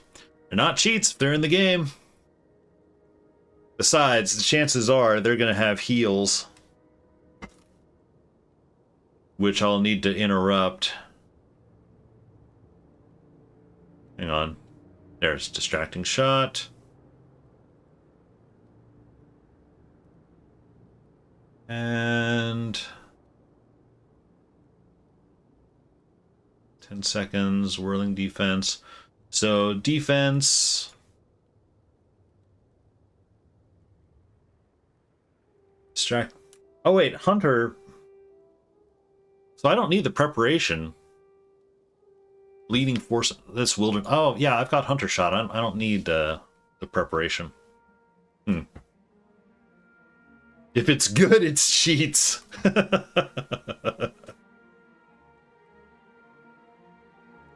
It's like, if you won, you cheated. Suppose I could take Read the Wind, since I'll be able to put down conditions with this stuff. I can also bring Donut in for a little extra attacking.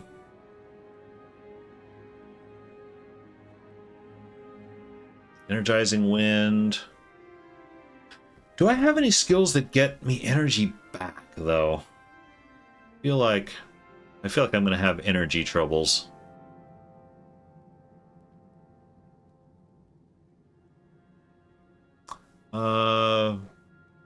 I don't understand that. I could swear that. Hang on. I could swear that I did all of the side quest things in the desert to allow me to switch professions. Realm of Torment.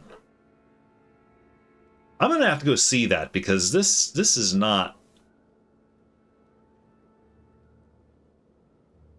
I should be able to switch to, like, I was gonna try and switch to Mesmer and bring along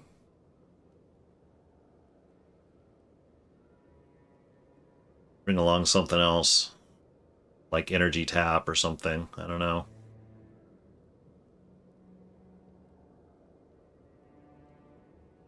Oh, here's one. Gain 8 energy if the foe has cracked armor. Try and inflict cracked armor.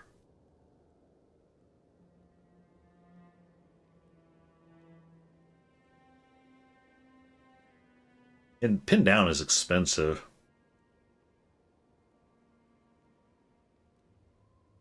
You know what? Let's bring Rapid Fire.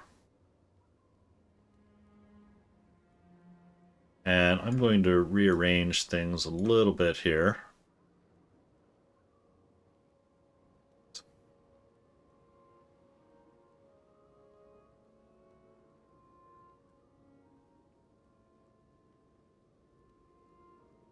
A little bit of an odd order. But I'm so used to having Distracting Shot on 6. I feel that's kind of the most important. Who goes there? Well, I don't know. Let's see what happens. And it's like, I don't even care about winning. I just want to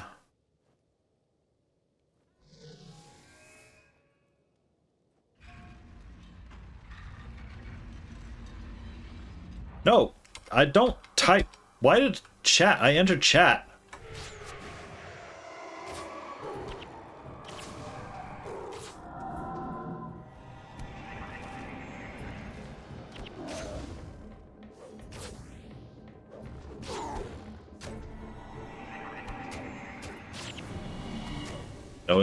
No fragility for you.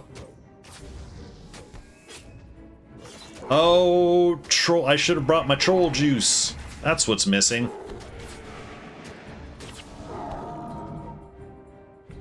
Okay, well, that wasn't great, but getting used to this build. But yeah, I definitely need to bring Vek. Vek, what are you doing in here? I don't think I like my chances fighting against him.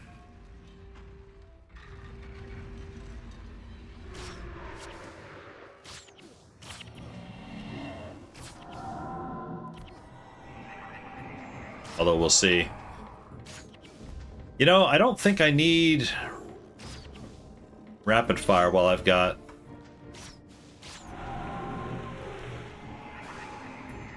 Lightning Reflexes. Well, Rapid Fire lasts a little bit longer. But Lightning Reflexes blocks. I need to make room for Troll Juice, though.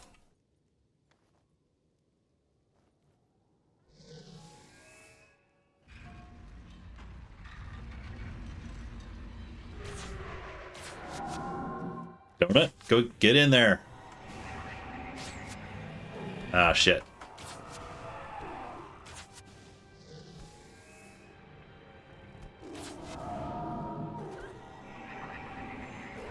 Oh, she is starbursting.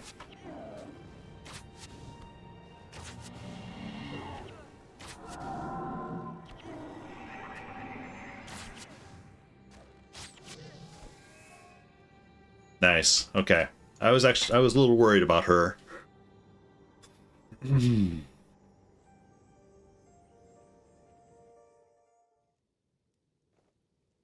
Kamu. Okay. Oh, he's Dervish, isn't he? Okay. Hey, Tickle Train. Welcome in. How you doing? New Frosted Flakes are so good. They're strawberry milkshake flavor. They're great.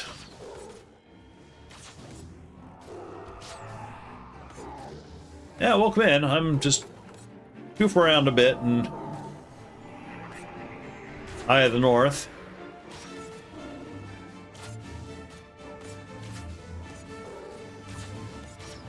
I kind of wonder if I'm going to be able to get this guy. He's got... Oh, he killed Donut.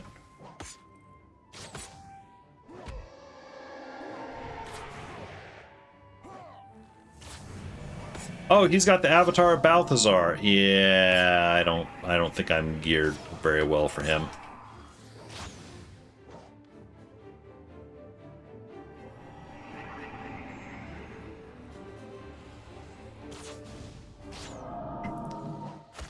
Unless I could... Whoa! Oh, yeah, there it is. Yep, that's dead. You are not worthy. Well, I didn't want to run into him anyway. I do need to swap out something for my juice, though. I think I'll swap the preparation, honestly. Or...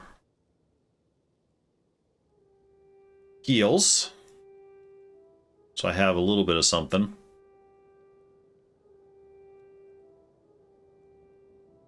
Wilderness. Oh, no one. I have. Oh, no wonder. I had all these points sitting in channeling magic left over from the splinter. I failed myself badly. Okay. Kisai. Okay. She's the nervous factions elementalist, if I recall. Dude, she's kind of wrecking me.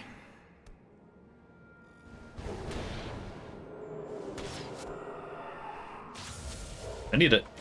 Ah.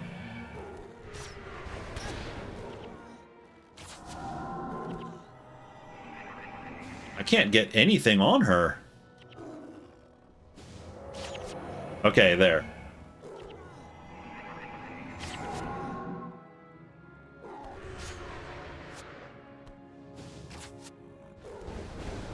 Okay, now that was a bumpy beginning, but things are working a little bit.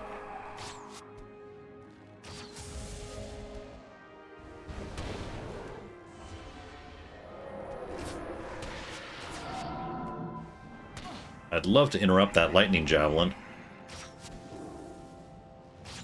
There we go.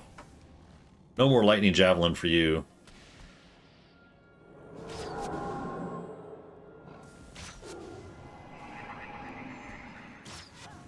There we go. All right, she put up a good little fight there.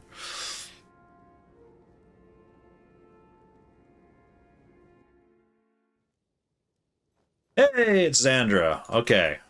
Now the question is, will I be able to... Oh my god!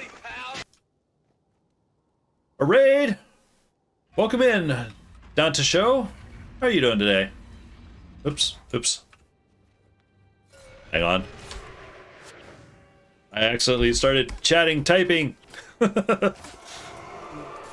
Welcome in. How are you doing today? Excuse me. I'm trying to get Xandra here, who's kind of the reason I entered this this little tournament here. What were you streaming today? Oh, it's Yoon. Hey, Yoon, welcome in.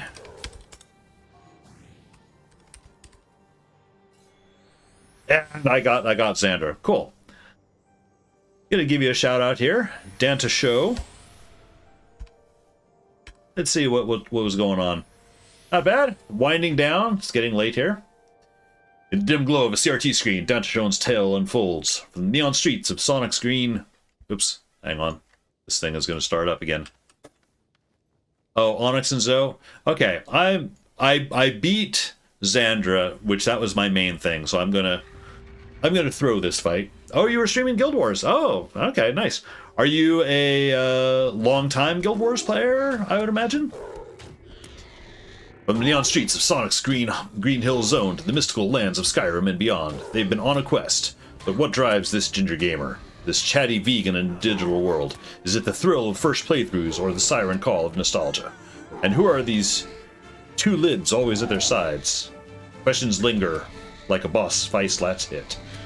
Played since at least 2006. Yeah, pretty much same story here. I didn't play on release, but I did play.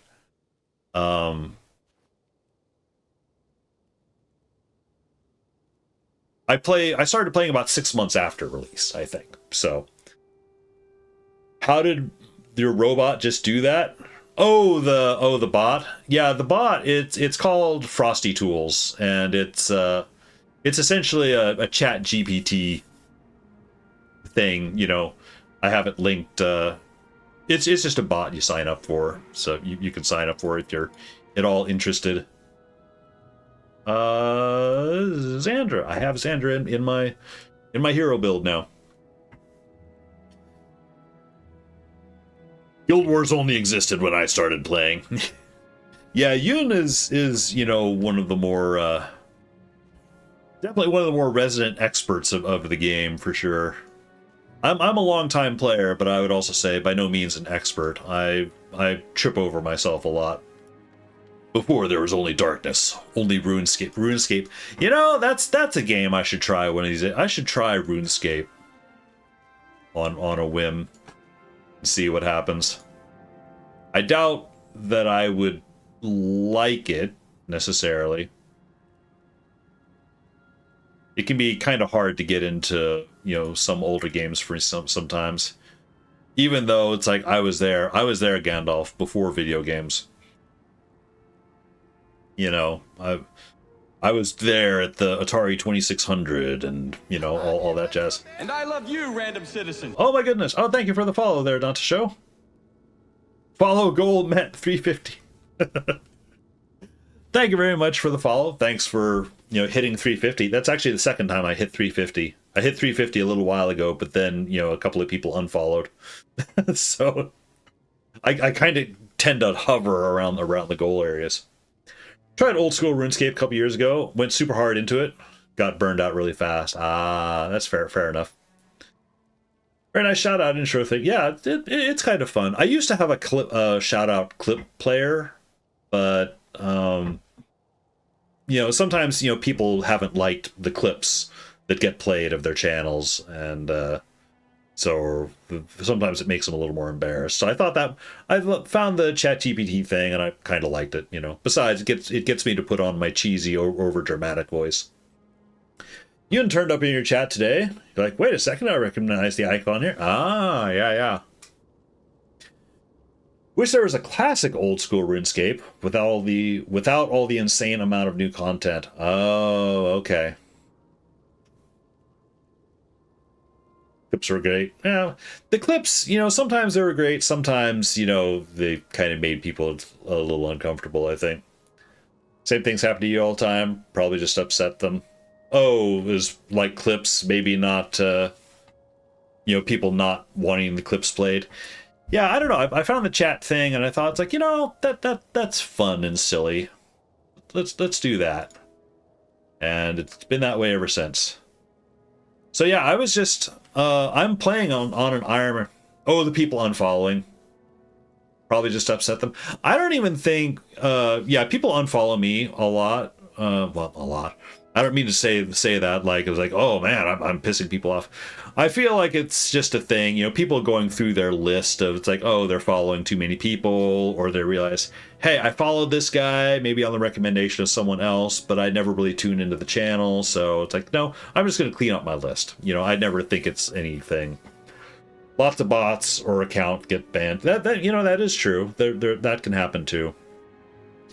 I always just think of it as people just kind of house cleaning their follow lists. You know, I don't take it personal at all. Oh, I need to reset my stuff here. Load. She's got her skills. He's got his. And Xandra, I don't know that I have. I wanted her just so I could have a spirit spammer in the party, really. Hey, Signet of Spirits, there we go. And I know spirit spam is, you know, kind of an overplayed thing, but it is handy. If people aren't into your content anymore, then they unfollow. Yeah, and that's true. That is true. They might be so little, you know. Sorry, I haven't done the proper introduction. Welcome in. I got started as Guild Wars 1 player, and I do still play Guild Wars. Obviously, I'm in it right now. Guild Wars is very much a Sunday stream kind of thing for me, but on other days, I do stream other variety stuff. I have a fairly large backlog of games that I've collected over the years, you know, Steam Syndrome, that I just have in my backlog that I've been meaning to play through. And that's kind of what streaming has become for me. It's like, it's a way for me to hunker down and just, you know, focus on a game. It's like, okay, I'm going to get through this game, or at the very least try a game. So that's kind of what I've been doing, but I do still keep some time out for Guild Wars. Got shadow banned on Twitch earlier in the year. Super confused. Oh, they shadow banned for a VPN? Really? That's weird. Yeah, far too many games on Steam. Yeah, I feel like it's just a given. If you have a Steam account, you already have too many games. It just kind of comes with the territory.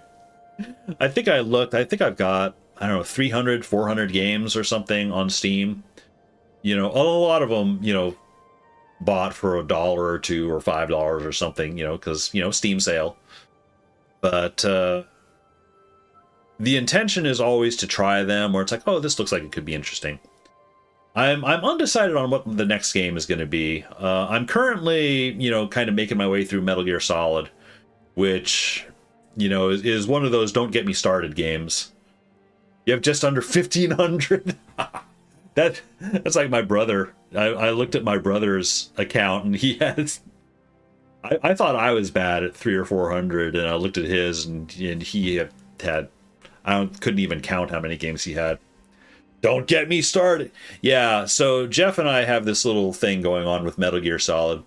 Metal Gear Solid, to put it mildly, is just really not connecting with me, or I'm not connecting with it, whatever. I'm not enjoying it as much as I should an iconic game. I have some reasons. I feel some are valid. You know, some are, it's like maybe I didn't come to the game fairly. I don't know. But at the same time, it's like I'm close enough to the ending where I do want to try to push my way through and get through it. But at the same time, the act of pushing through, I feel like maybe kind of builds up a little extra resentment. So I don't know. I'm kind of not in a very good place with Metal Gear Solid right now. But I am actually already starting to look forward. It's like, well, what do I want to play after? And honestly, I don't really know. I've got a couple of Fallout games. I've got the Max Payne games. I've got all the Tomb Raider games. I've never played a Tomb Raider game, so I was thinking maybe, you know, doing something like that. I still have to get back and do Resident Evil 5 and 6. I know they're not popular games for the franchise, but all the bundles, yeah, and you get bundles. Yeah, just a week or two ago, or whenever the Steam spring sale was, I picked up Fallout 3, 4, and New Vegas with all the DLC for like $20.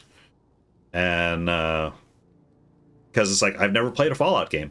I'm familiar with Fallout from, you know, some streamers that I watch, or I'm familiar with the franchise. I am, you know, vaguely looking forward to the series that Amazon is coming out with. I'm kind of interested to see what they do. But I also don't know enough about it. I'm not really invested in it. So I don't know. We'll see. I do know that it's, you know, post-apocalyptic, but it also has this kind of, you know, goofy, dark sense of humor to it. Fortnite stream win. I play, you know, Fortnite is another one of those where I feel like, you know, I was there, you know, I was there at the beginning. I was playing Fortnite before the Battle Royale was introduced. And it was back when they had I forget what they call it, but it was the zombie horde mode thing where you actually had to build forts and defend forts. And I really, really enjoyed it. And I played that mode hard. Yes, save the world. Yes, thank you. I really, really enjoyed that mode. And I played that hard for a month or two. And then just suddenly, you know, as happens, you know, with any game, you play hard for a while. Just suddenly like, nope, okay, I'm done. And I stopped playing. Literally a week after is when they dropped the Battle Royale.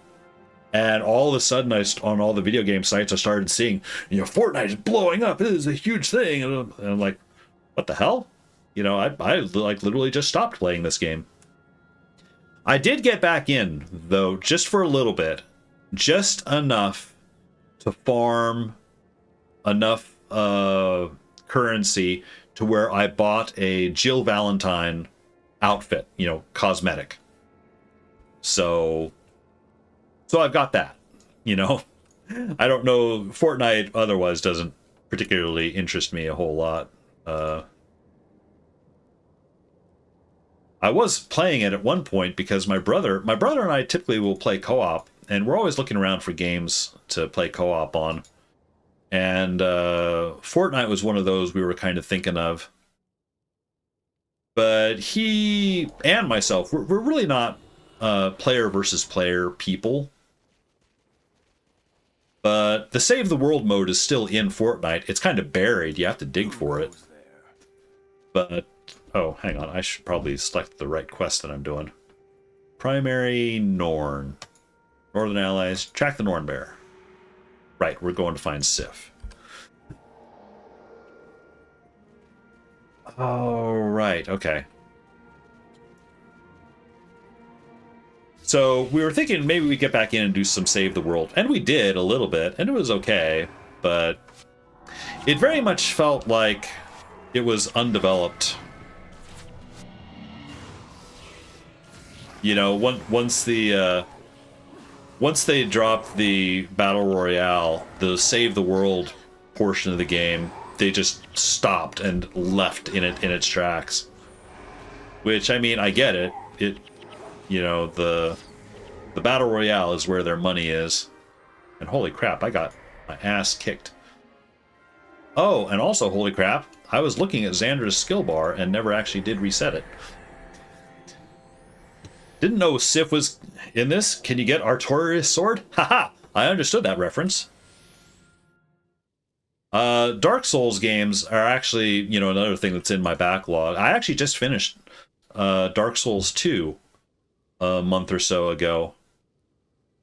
And that game was a slog, you know. Most of the Dark Souls games are kind of slogs for me a little bit. That one, and I did all the DLC, and it just kept going and going and going.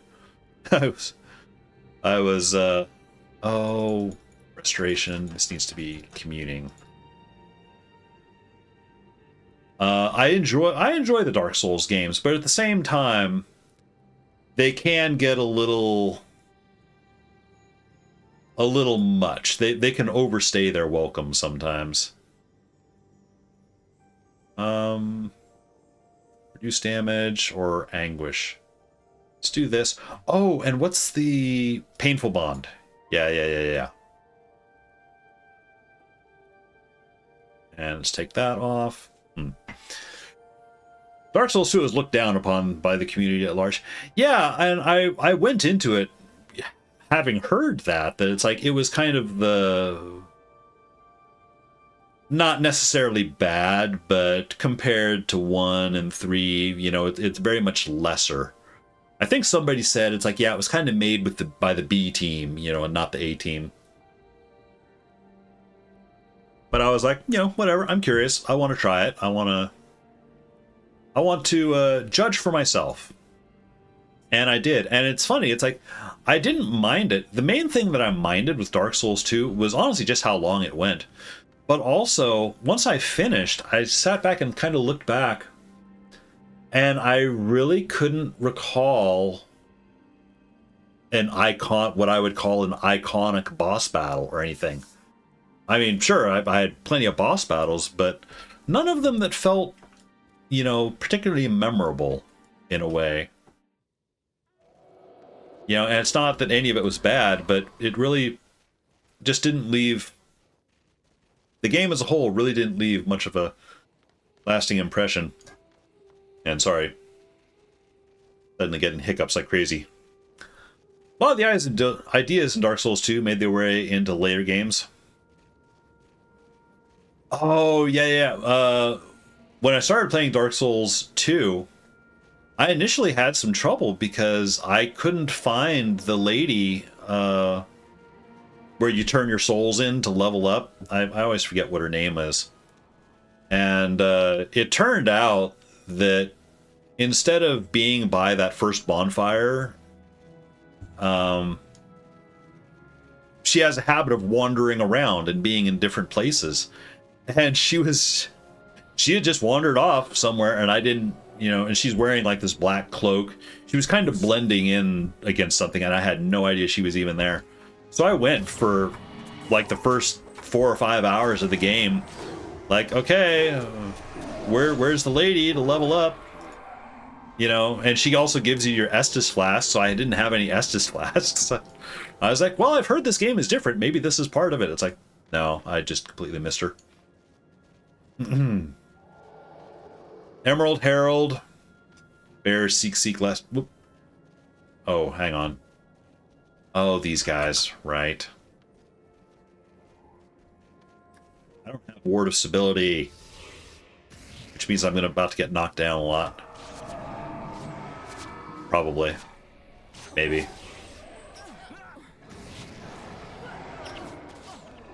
But yeah, it's like the Dark Souls series, I kind of came to backwards. I kind of came from Elden Ring. I played Elden Ring first. Technically, I played Dark Souls 1 first. But at the time, Dark Souls 1, I didn't really get it. It didn't connect with me. So I put it down after like half an hour. But then Elden Ring came out, and like much of the rest of the world, I was playing that. And that one I got into pretty heavily, and I did beat it. I never did beat Malenia. But I beat the main game and enjoyed it, and like, okay, now I kind of get the Souls games. So then I rewound and I played Demon Souls and Dark Souls 1. Of them, actually, I think Dark Souls 1 is my favorite so far. I am planning to play Dark Souls 3. I'm kind of thinking vaguely maybe sometime in the summer.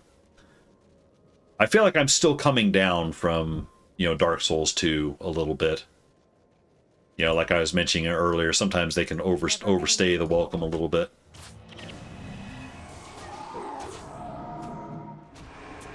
But I feel like, it's like, you know, maybe by summer I'll feel like, you know, playing Souls games again. In which case I'll break out Dark Souls 3.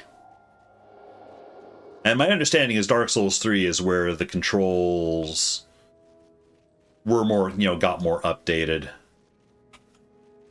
You know, Dark Souls 3 controls and feels a lot closer to like Elden Ring, like what they did in Elden Ring. Because 1 and 2 are very slow, kind of clunky games. At least initially. You know, control-wise, it felt like.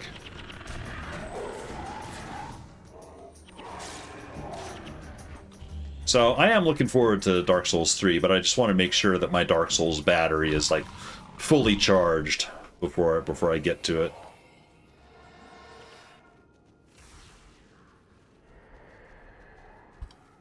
And in the meantime, I'm not really sure. I was talking, it's like, yeah, I've got Fallout games, I've got Max Payne, Resident Evil, Tomb Raider.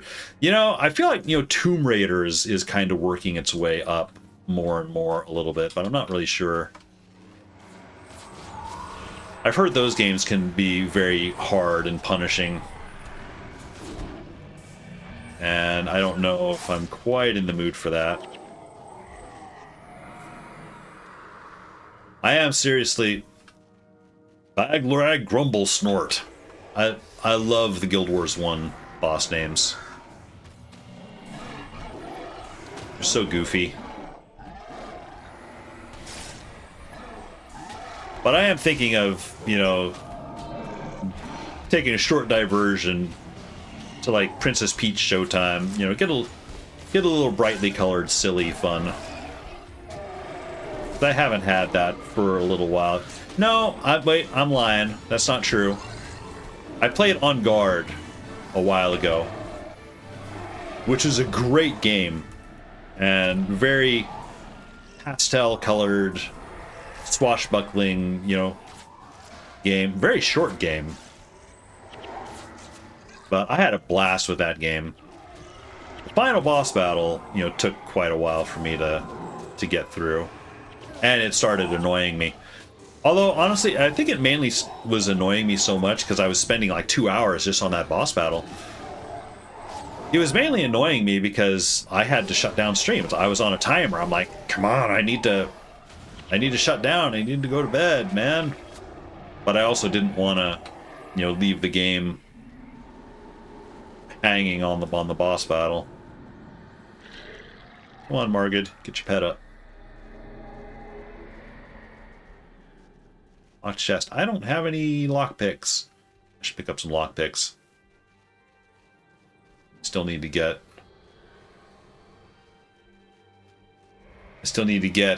decent gear for myself.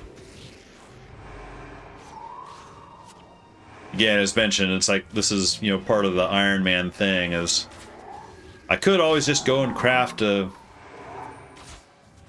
weapon or find a green weapon that would be maxed out, but per the Iron Man challenge, it's like, nope, you can only use weapons that drop.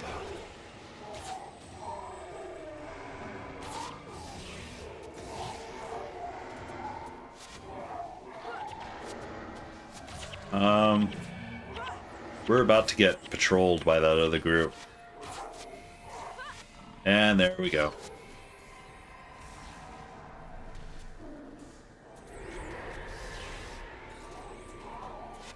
And they're not grouping up well at all. Let's get this blood curdler, because they're...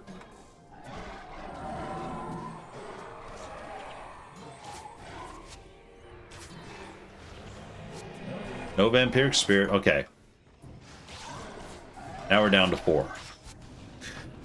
Doing an Iron Man mode. Yeah, this one, it was part of a community Iron Man group. It started up actually last January 2023. It's just that I have been on a very slow roll on it. There's actually another community Iron Man one that's kind of starting up. I think the idea is that people are going to leave pre-searing early April. I forget the exact date. I will not be taking part in that one because I'm still on this one, I'm kind of not ready to start up another one. And my Guild Wars time is pretty much just Sundays, so, and it's only typically for like 3 hours or so, so it's not a lot of time. Why are you here? So I just kind of very slowly pick away at it, Why are you here? I didn't have the Norn hunt bounty on me. Shoot. Oh well. That's missed out points. Who goes there? Oh shit. It's this guy and the Norn Bear at the same time. Actually, we've got our party. I'm not worried.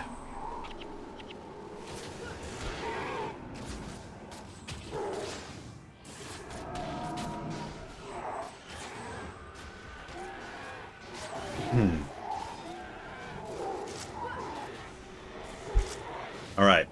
This time, talk to the dude and actually get the bounty. Right. Lost it again. So, I haven't done that much. Have I done enough for... There's a Norn title. I'm almost halfway there on getting the Norn title.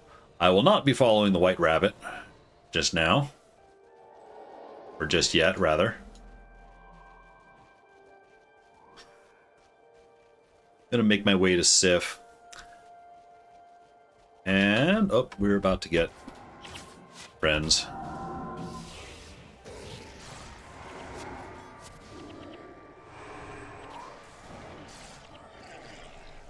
Alright. Moving on. Yeah, Eye of the North is... I enjoy this campaign. The environments. What is going on over there? Oh, right, the mist guys.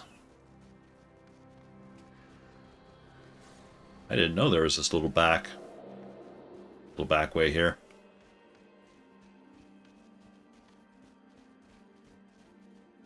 I enjoy that, you know, the story is kind of whatever, and it's kind of short, but environment-wise, dungeon-wise, I've always very much liked Eye of the North.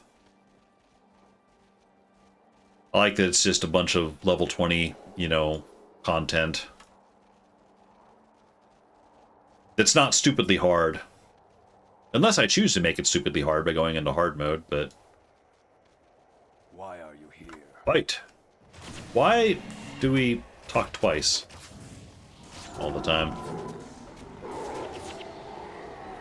Haha, we interrupted his healing signet. Never anger. 2 kills, yeah. Oh, hey, there's Jorah. Hey, Jorah, we ran into your Norn Bear problem.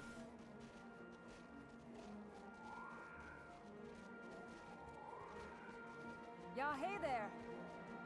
Yeah, hey there! That needs to be a greeting. Yeah, hey there!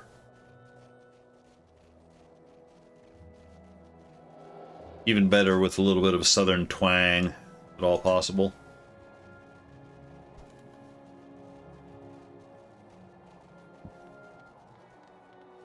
So for most of the games, I've just kind of been, you know, mainlining the main story, and or doing side quests that would yield skills or something, but I do think that I'm going to slow down and live in Eye of the North a little bit more, because I do kind of enjoy it more than, you know, most of the other areas. Having said that, I don't know what I'm going to do. I'm thinking maybe do the first Jorah mission, the first Norn mission.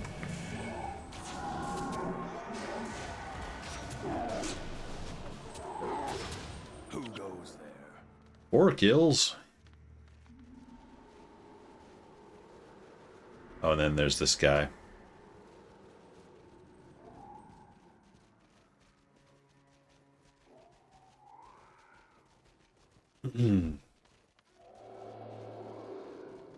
Who sent you?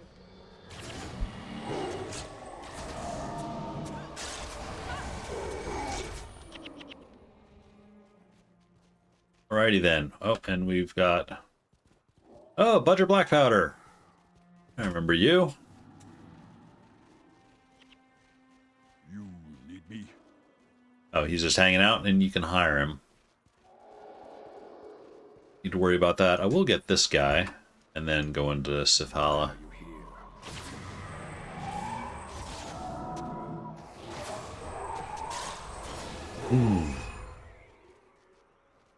All right.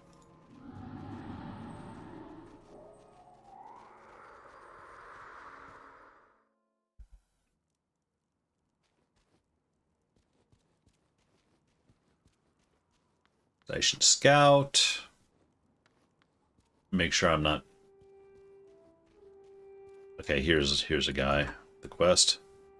What news of the war? Undrith Bratstrock's the name. Good to meet you. I'm apprentice to Budger Black Powder. I make powder for his kegs. Came up north because our last accident in the Deldrimor war camp raised King Jalus's ire, so we're keeping a low profile as miners. Budger's itching to blow something up. Yeah. Big unfriendly Jotun. Got myself a giant problem, friend. I came all the way from Deldrimor because Budger Black Powder needed to extract some tricky ore for this high-quality explosives. But no sooner than I set up operations did a Jotun clan move in and slaughter most of our workers. The rest of our miners won't go near the site. You might not know this, but we dwarves don't much like the Jotun. Nasty customers with big clubs. Do me and Budger a favor. Go remove the Jotun clan leader, Olgrimar Nash, and all of his dwarf-busting buddies so we can start mining again. Yeah, sure. And he had another one. Crack's Cavalry. Crack Flame Whip, notoriously cruel Stone Summit dwarf, has mobilized a mounted unit that has been wreaking havoc on us, Deldrimor.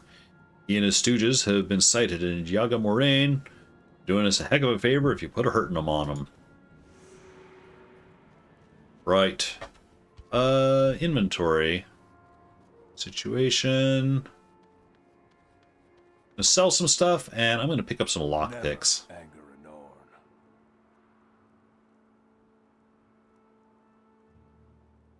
Sell, sell, sell. Sell even more.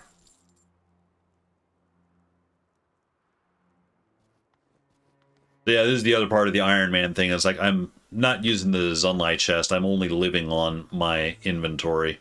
Oh, I should put the Amulet of the Mists in storage too. Well, I am opening up storage to put in, you know, some things like that that are special use that maybe I'll want later, but for the deeds. If you want the Norn to take you seriously, make a name for yourself. Do as I have done, vanquish vicious beasts in the name of fame and glory. Many Norn post signs in their hearthsteads about the fearsome beasts they have encountered. Read the signs behind me if you dare. Never And then anger a Norn. track the Norn Bear. Heard you looking for me. You're the ones. Hang on. I literally said that I was going to buy some lockpicks as I was at the merchant, and then I proceeded to not buy lockpicks. That's my short attention span. Anger a Norn. Right there. How many can I get? I can get 4. Okay, fine.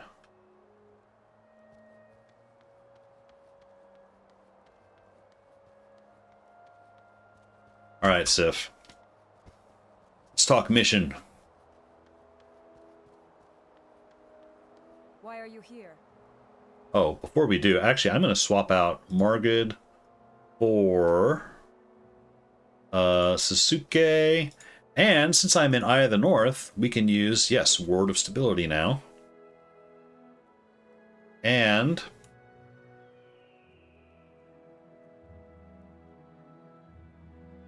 hang on.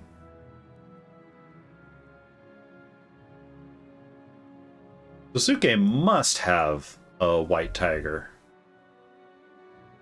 Guess we'll find out. Who goes there? Track the Norn Bear. You're the ones hunting the Norn Bear? Consider yourselves lucky to still be alive. Its lair is nearby. Beast has raided my stead many times of late. Make yourself useful and help me put an end to this menace. It's only a matter of time before it attacks again. Sure.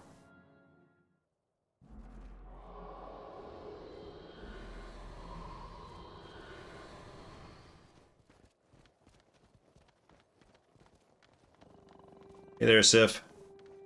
never anger a Norn. Slayer of 10 dozen wolves, 3 score bear, and 1 vicious rabbit.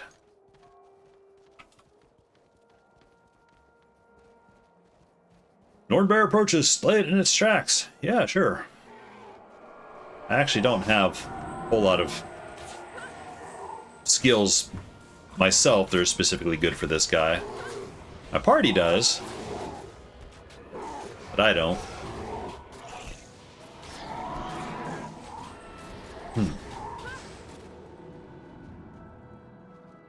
Oh, and there's Jorah. Jorah's literally just walking right by him. Turn and face your judgment, abomination. Nope, he's gonna run.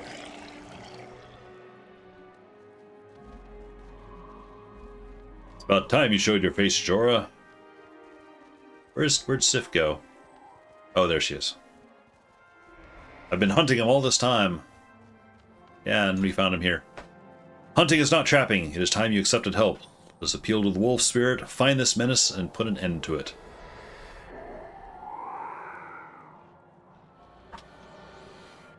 I know what must be done. What is this creature, Jorah? Yeah, there's a little bit of a story there.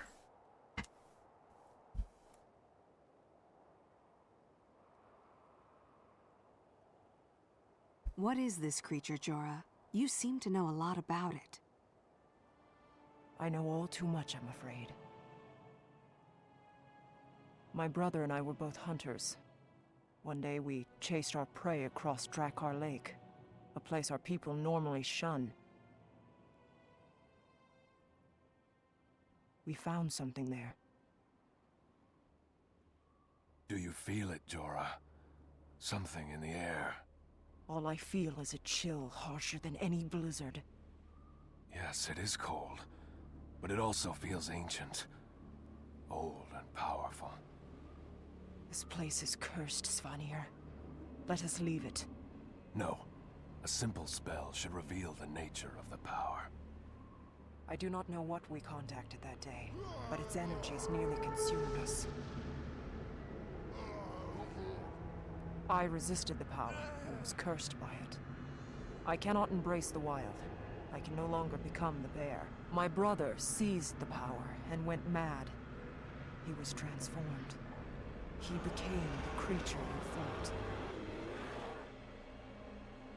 My brother now raids the Norn settlements. He avoids me, though I pursue him. I communed with the bear spirit. She wishes you to aid me. You want us to help find your brother? No. I want you to help me kill him. Which involves finding him. So, yep. Alright, let's go kill your brother. Sure it'll be fine. No problem. Who sent you? You have proven yourselves capable. Time draws near when you must help Jorah end this threat. Track the Norn bear, you must first invoke the wolf spirit. Speak to me again when you're ready to proceed. You know what? Yeah, just go ahead and do it. Just debating if I felt like doing something a little more side questy, but I'm like, no. I'm good to just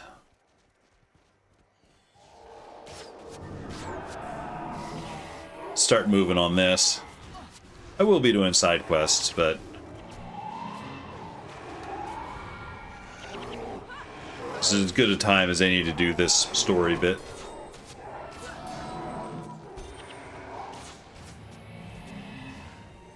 Why are you here?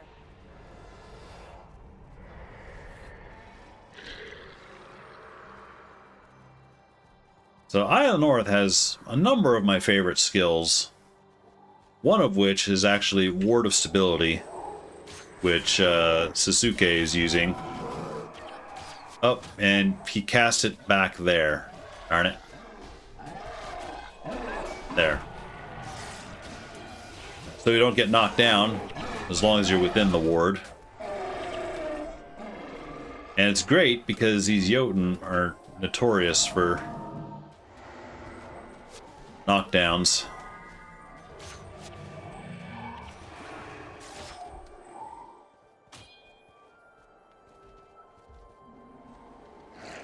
I forget which. Yeah, I think we want to go this way.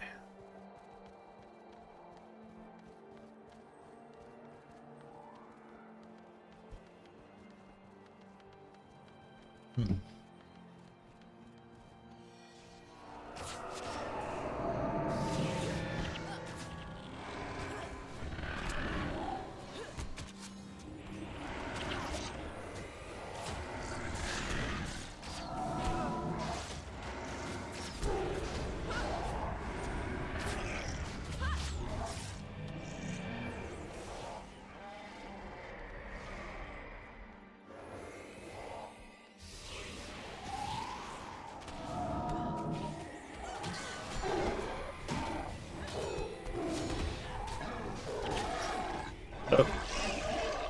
You didn't get the ward up, apparently.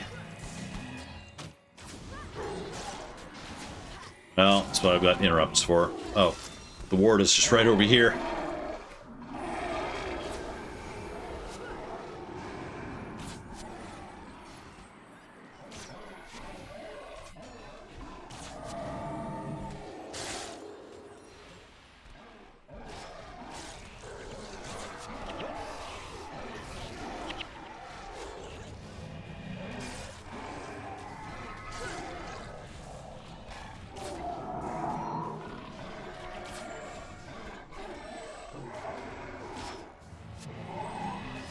We're really not grouped very well at all.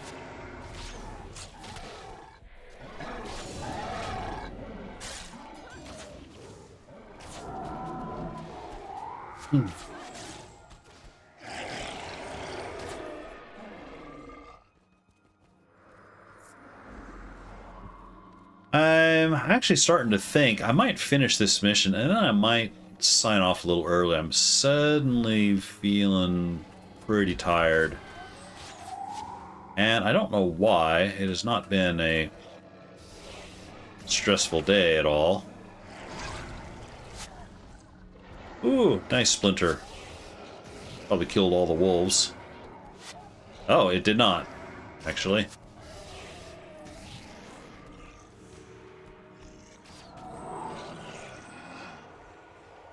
Alright.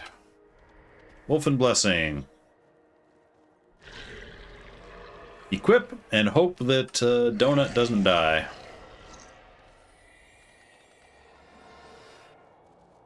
So, I believe...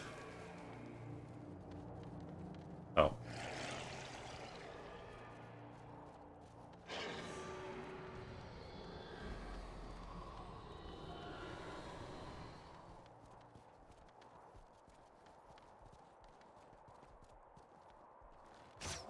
Didn't actually want to use the wolf blessing, but yeah, get me back to my normal business here. I think I remember where his where he shows up.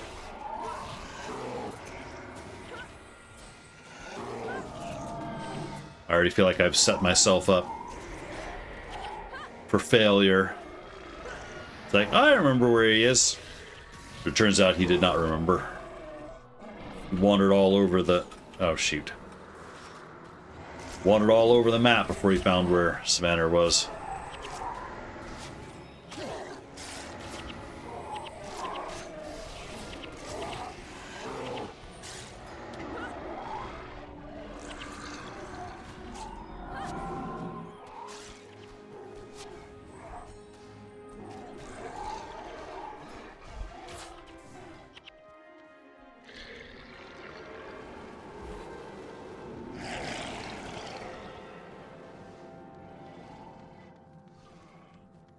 I think his first position is... yeah, is up in this corner.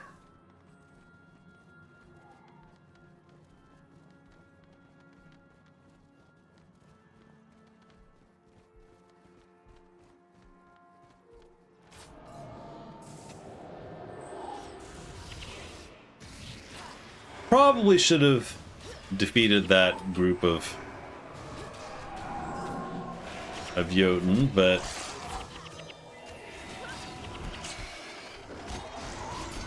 before they patrol back. Although, actually, we're doing okay. Spirits might aggro them, though. Oh, there he is.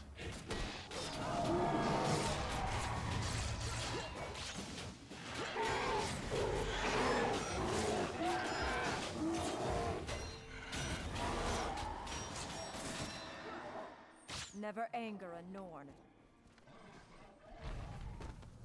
Right, next position. Actually, not 100% sure.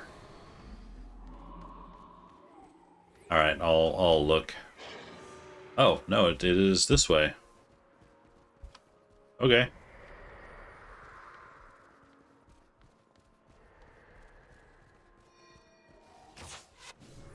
Oh, and we just aggroed from the other side too. That's a bummer.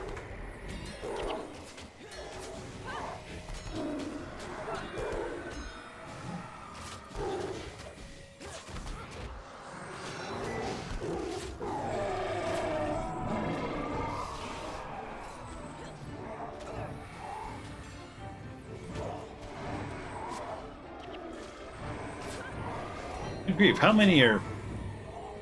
Oh, there's a lot. Okay.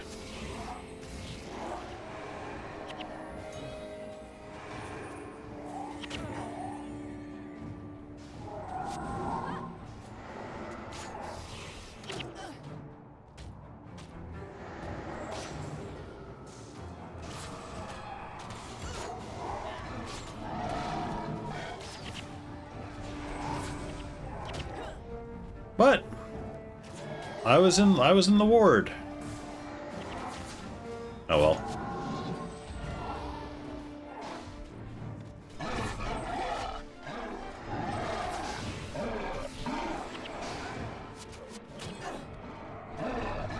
Okay, that time the ward ran out. Oh, he moved it over here, didn't he? Oh no, that's just Ward of Elements.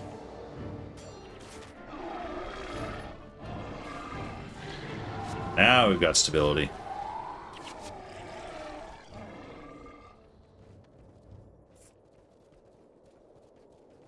Alright, who's pet? Elias, get your pet up.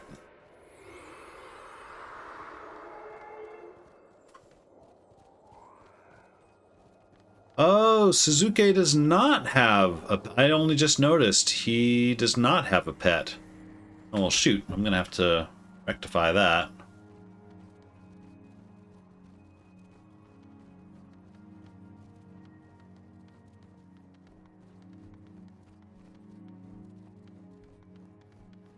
Shows up here, I think. Yep.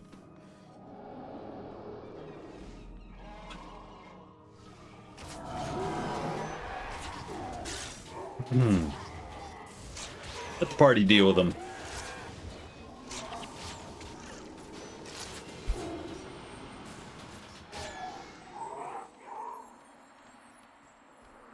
All right, and then I think the last bit is over here.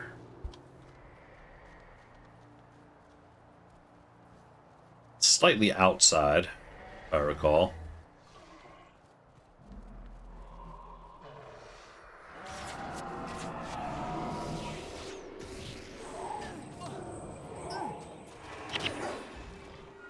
Ow.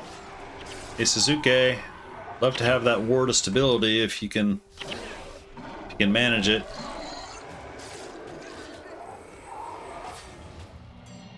Not ward of melee. Suzuki, what are you doing? Oh, he cast it. Is it in a different place?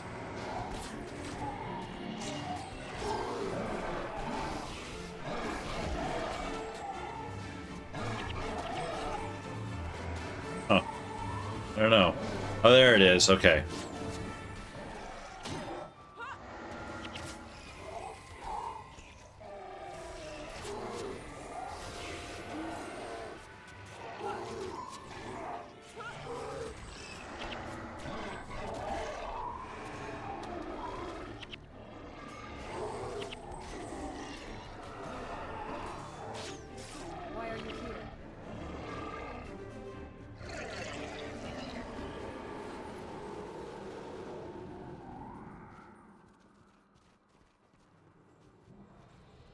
think this way. I don't know.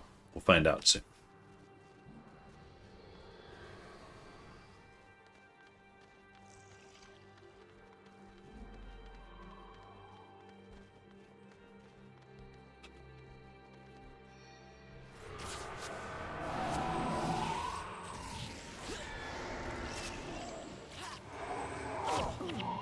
Ouch.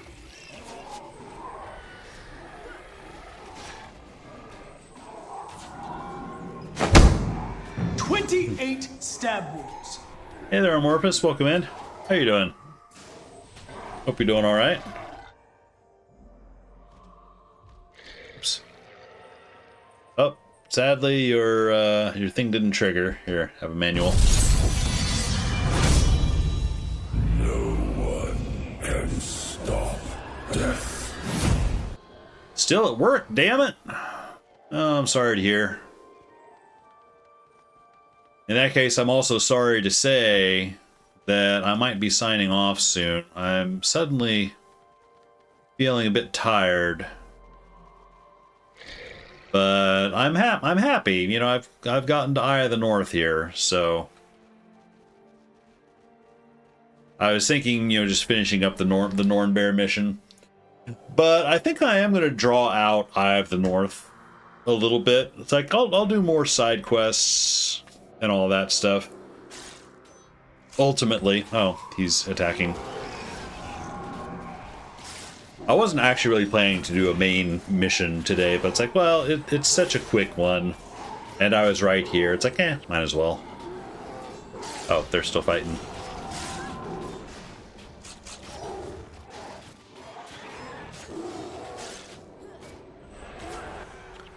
But yeah, I went into Magni's tournament, and I recruited Xandra, so I've got that going for me.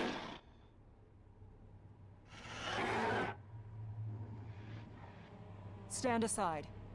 I must finish this. Jorah, he's defeated. He is my brother. He is my responsibility.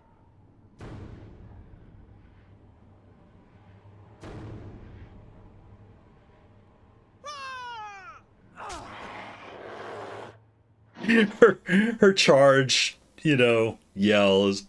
Brr. It's like someone trying to yell into a microphone, but also trying to be really, really careful to not blow out the microphone. This was the only way it could end.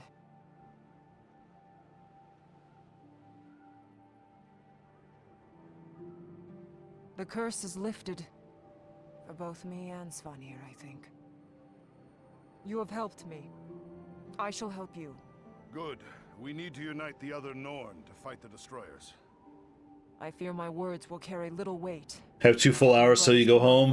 Have a good one. Gotta get back to customers. Oh, well, see ya. Good luck with customers. Thanks for swinging in. As for me, I must seek Aegil, who tells tales by the flame, to fully redeem my family's name. Olaf it is, then. I need to talk to a Norn leader. Norn do not have leaders, dwarf. Only heroes. Jorah, we can aid you and seek out allies. Let us help you with your burdens. You have the spirit of a Norn, human. I am proud to call you friend.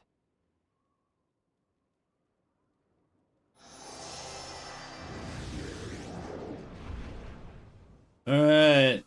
1 mission down. There's only 3 for the Norn areas, so... I guess... yeah, let's talk to Sif here. Oh, that's just to redo the mission. Never anger a Norn. Right, okay. Cool. So, yeah, the tiredness suddenly, I don't know, hit me like a baseball bat or something, so I think I'm going to wrap up there. Thanks, everyone, for hanging out. Let's see what's going on Twitch. See if there's anyone to raid.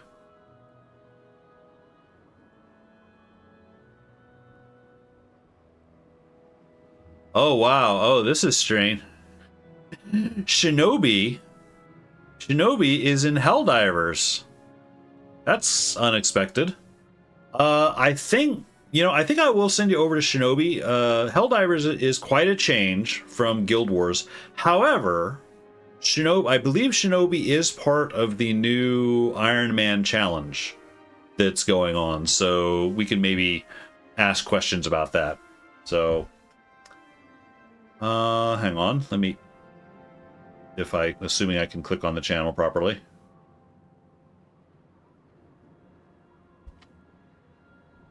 So I'm going to send the raid. He is actually right now on his spaceship, which is about as calm of a moment as you get in that game. So I will send you over there quickly. Thanks everyone for... Oh, he's just about to launch a mission. All right, thanks everyone for hanging out. The plan is to be back Tuesday night. Not sure what I'm doing. I think I'm going to try Metal Gear one last time. And then otherwise next Saturday, probably Princess Peach. We'll see. All right, thanks everyone for hanging out, and I'll see you later.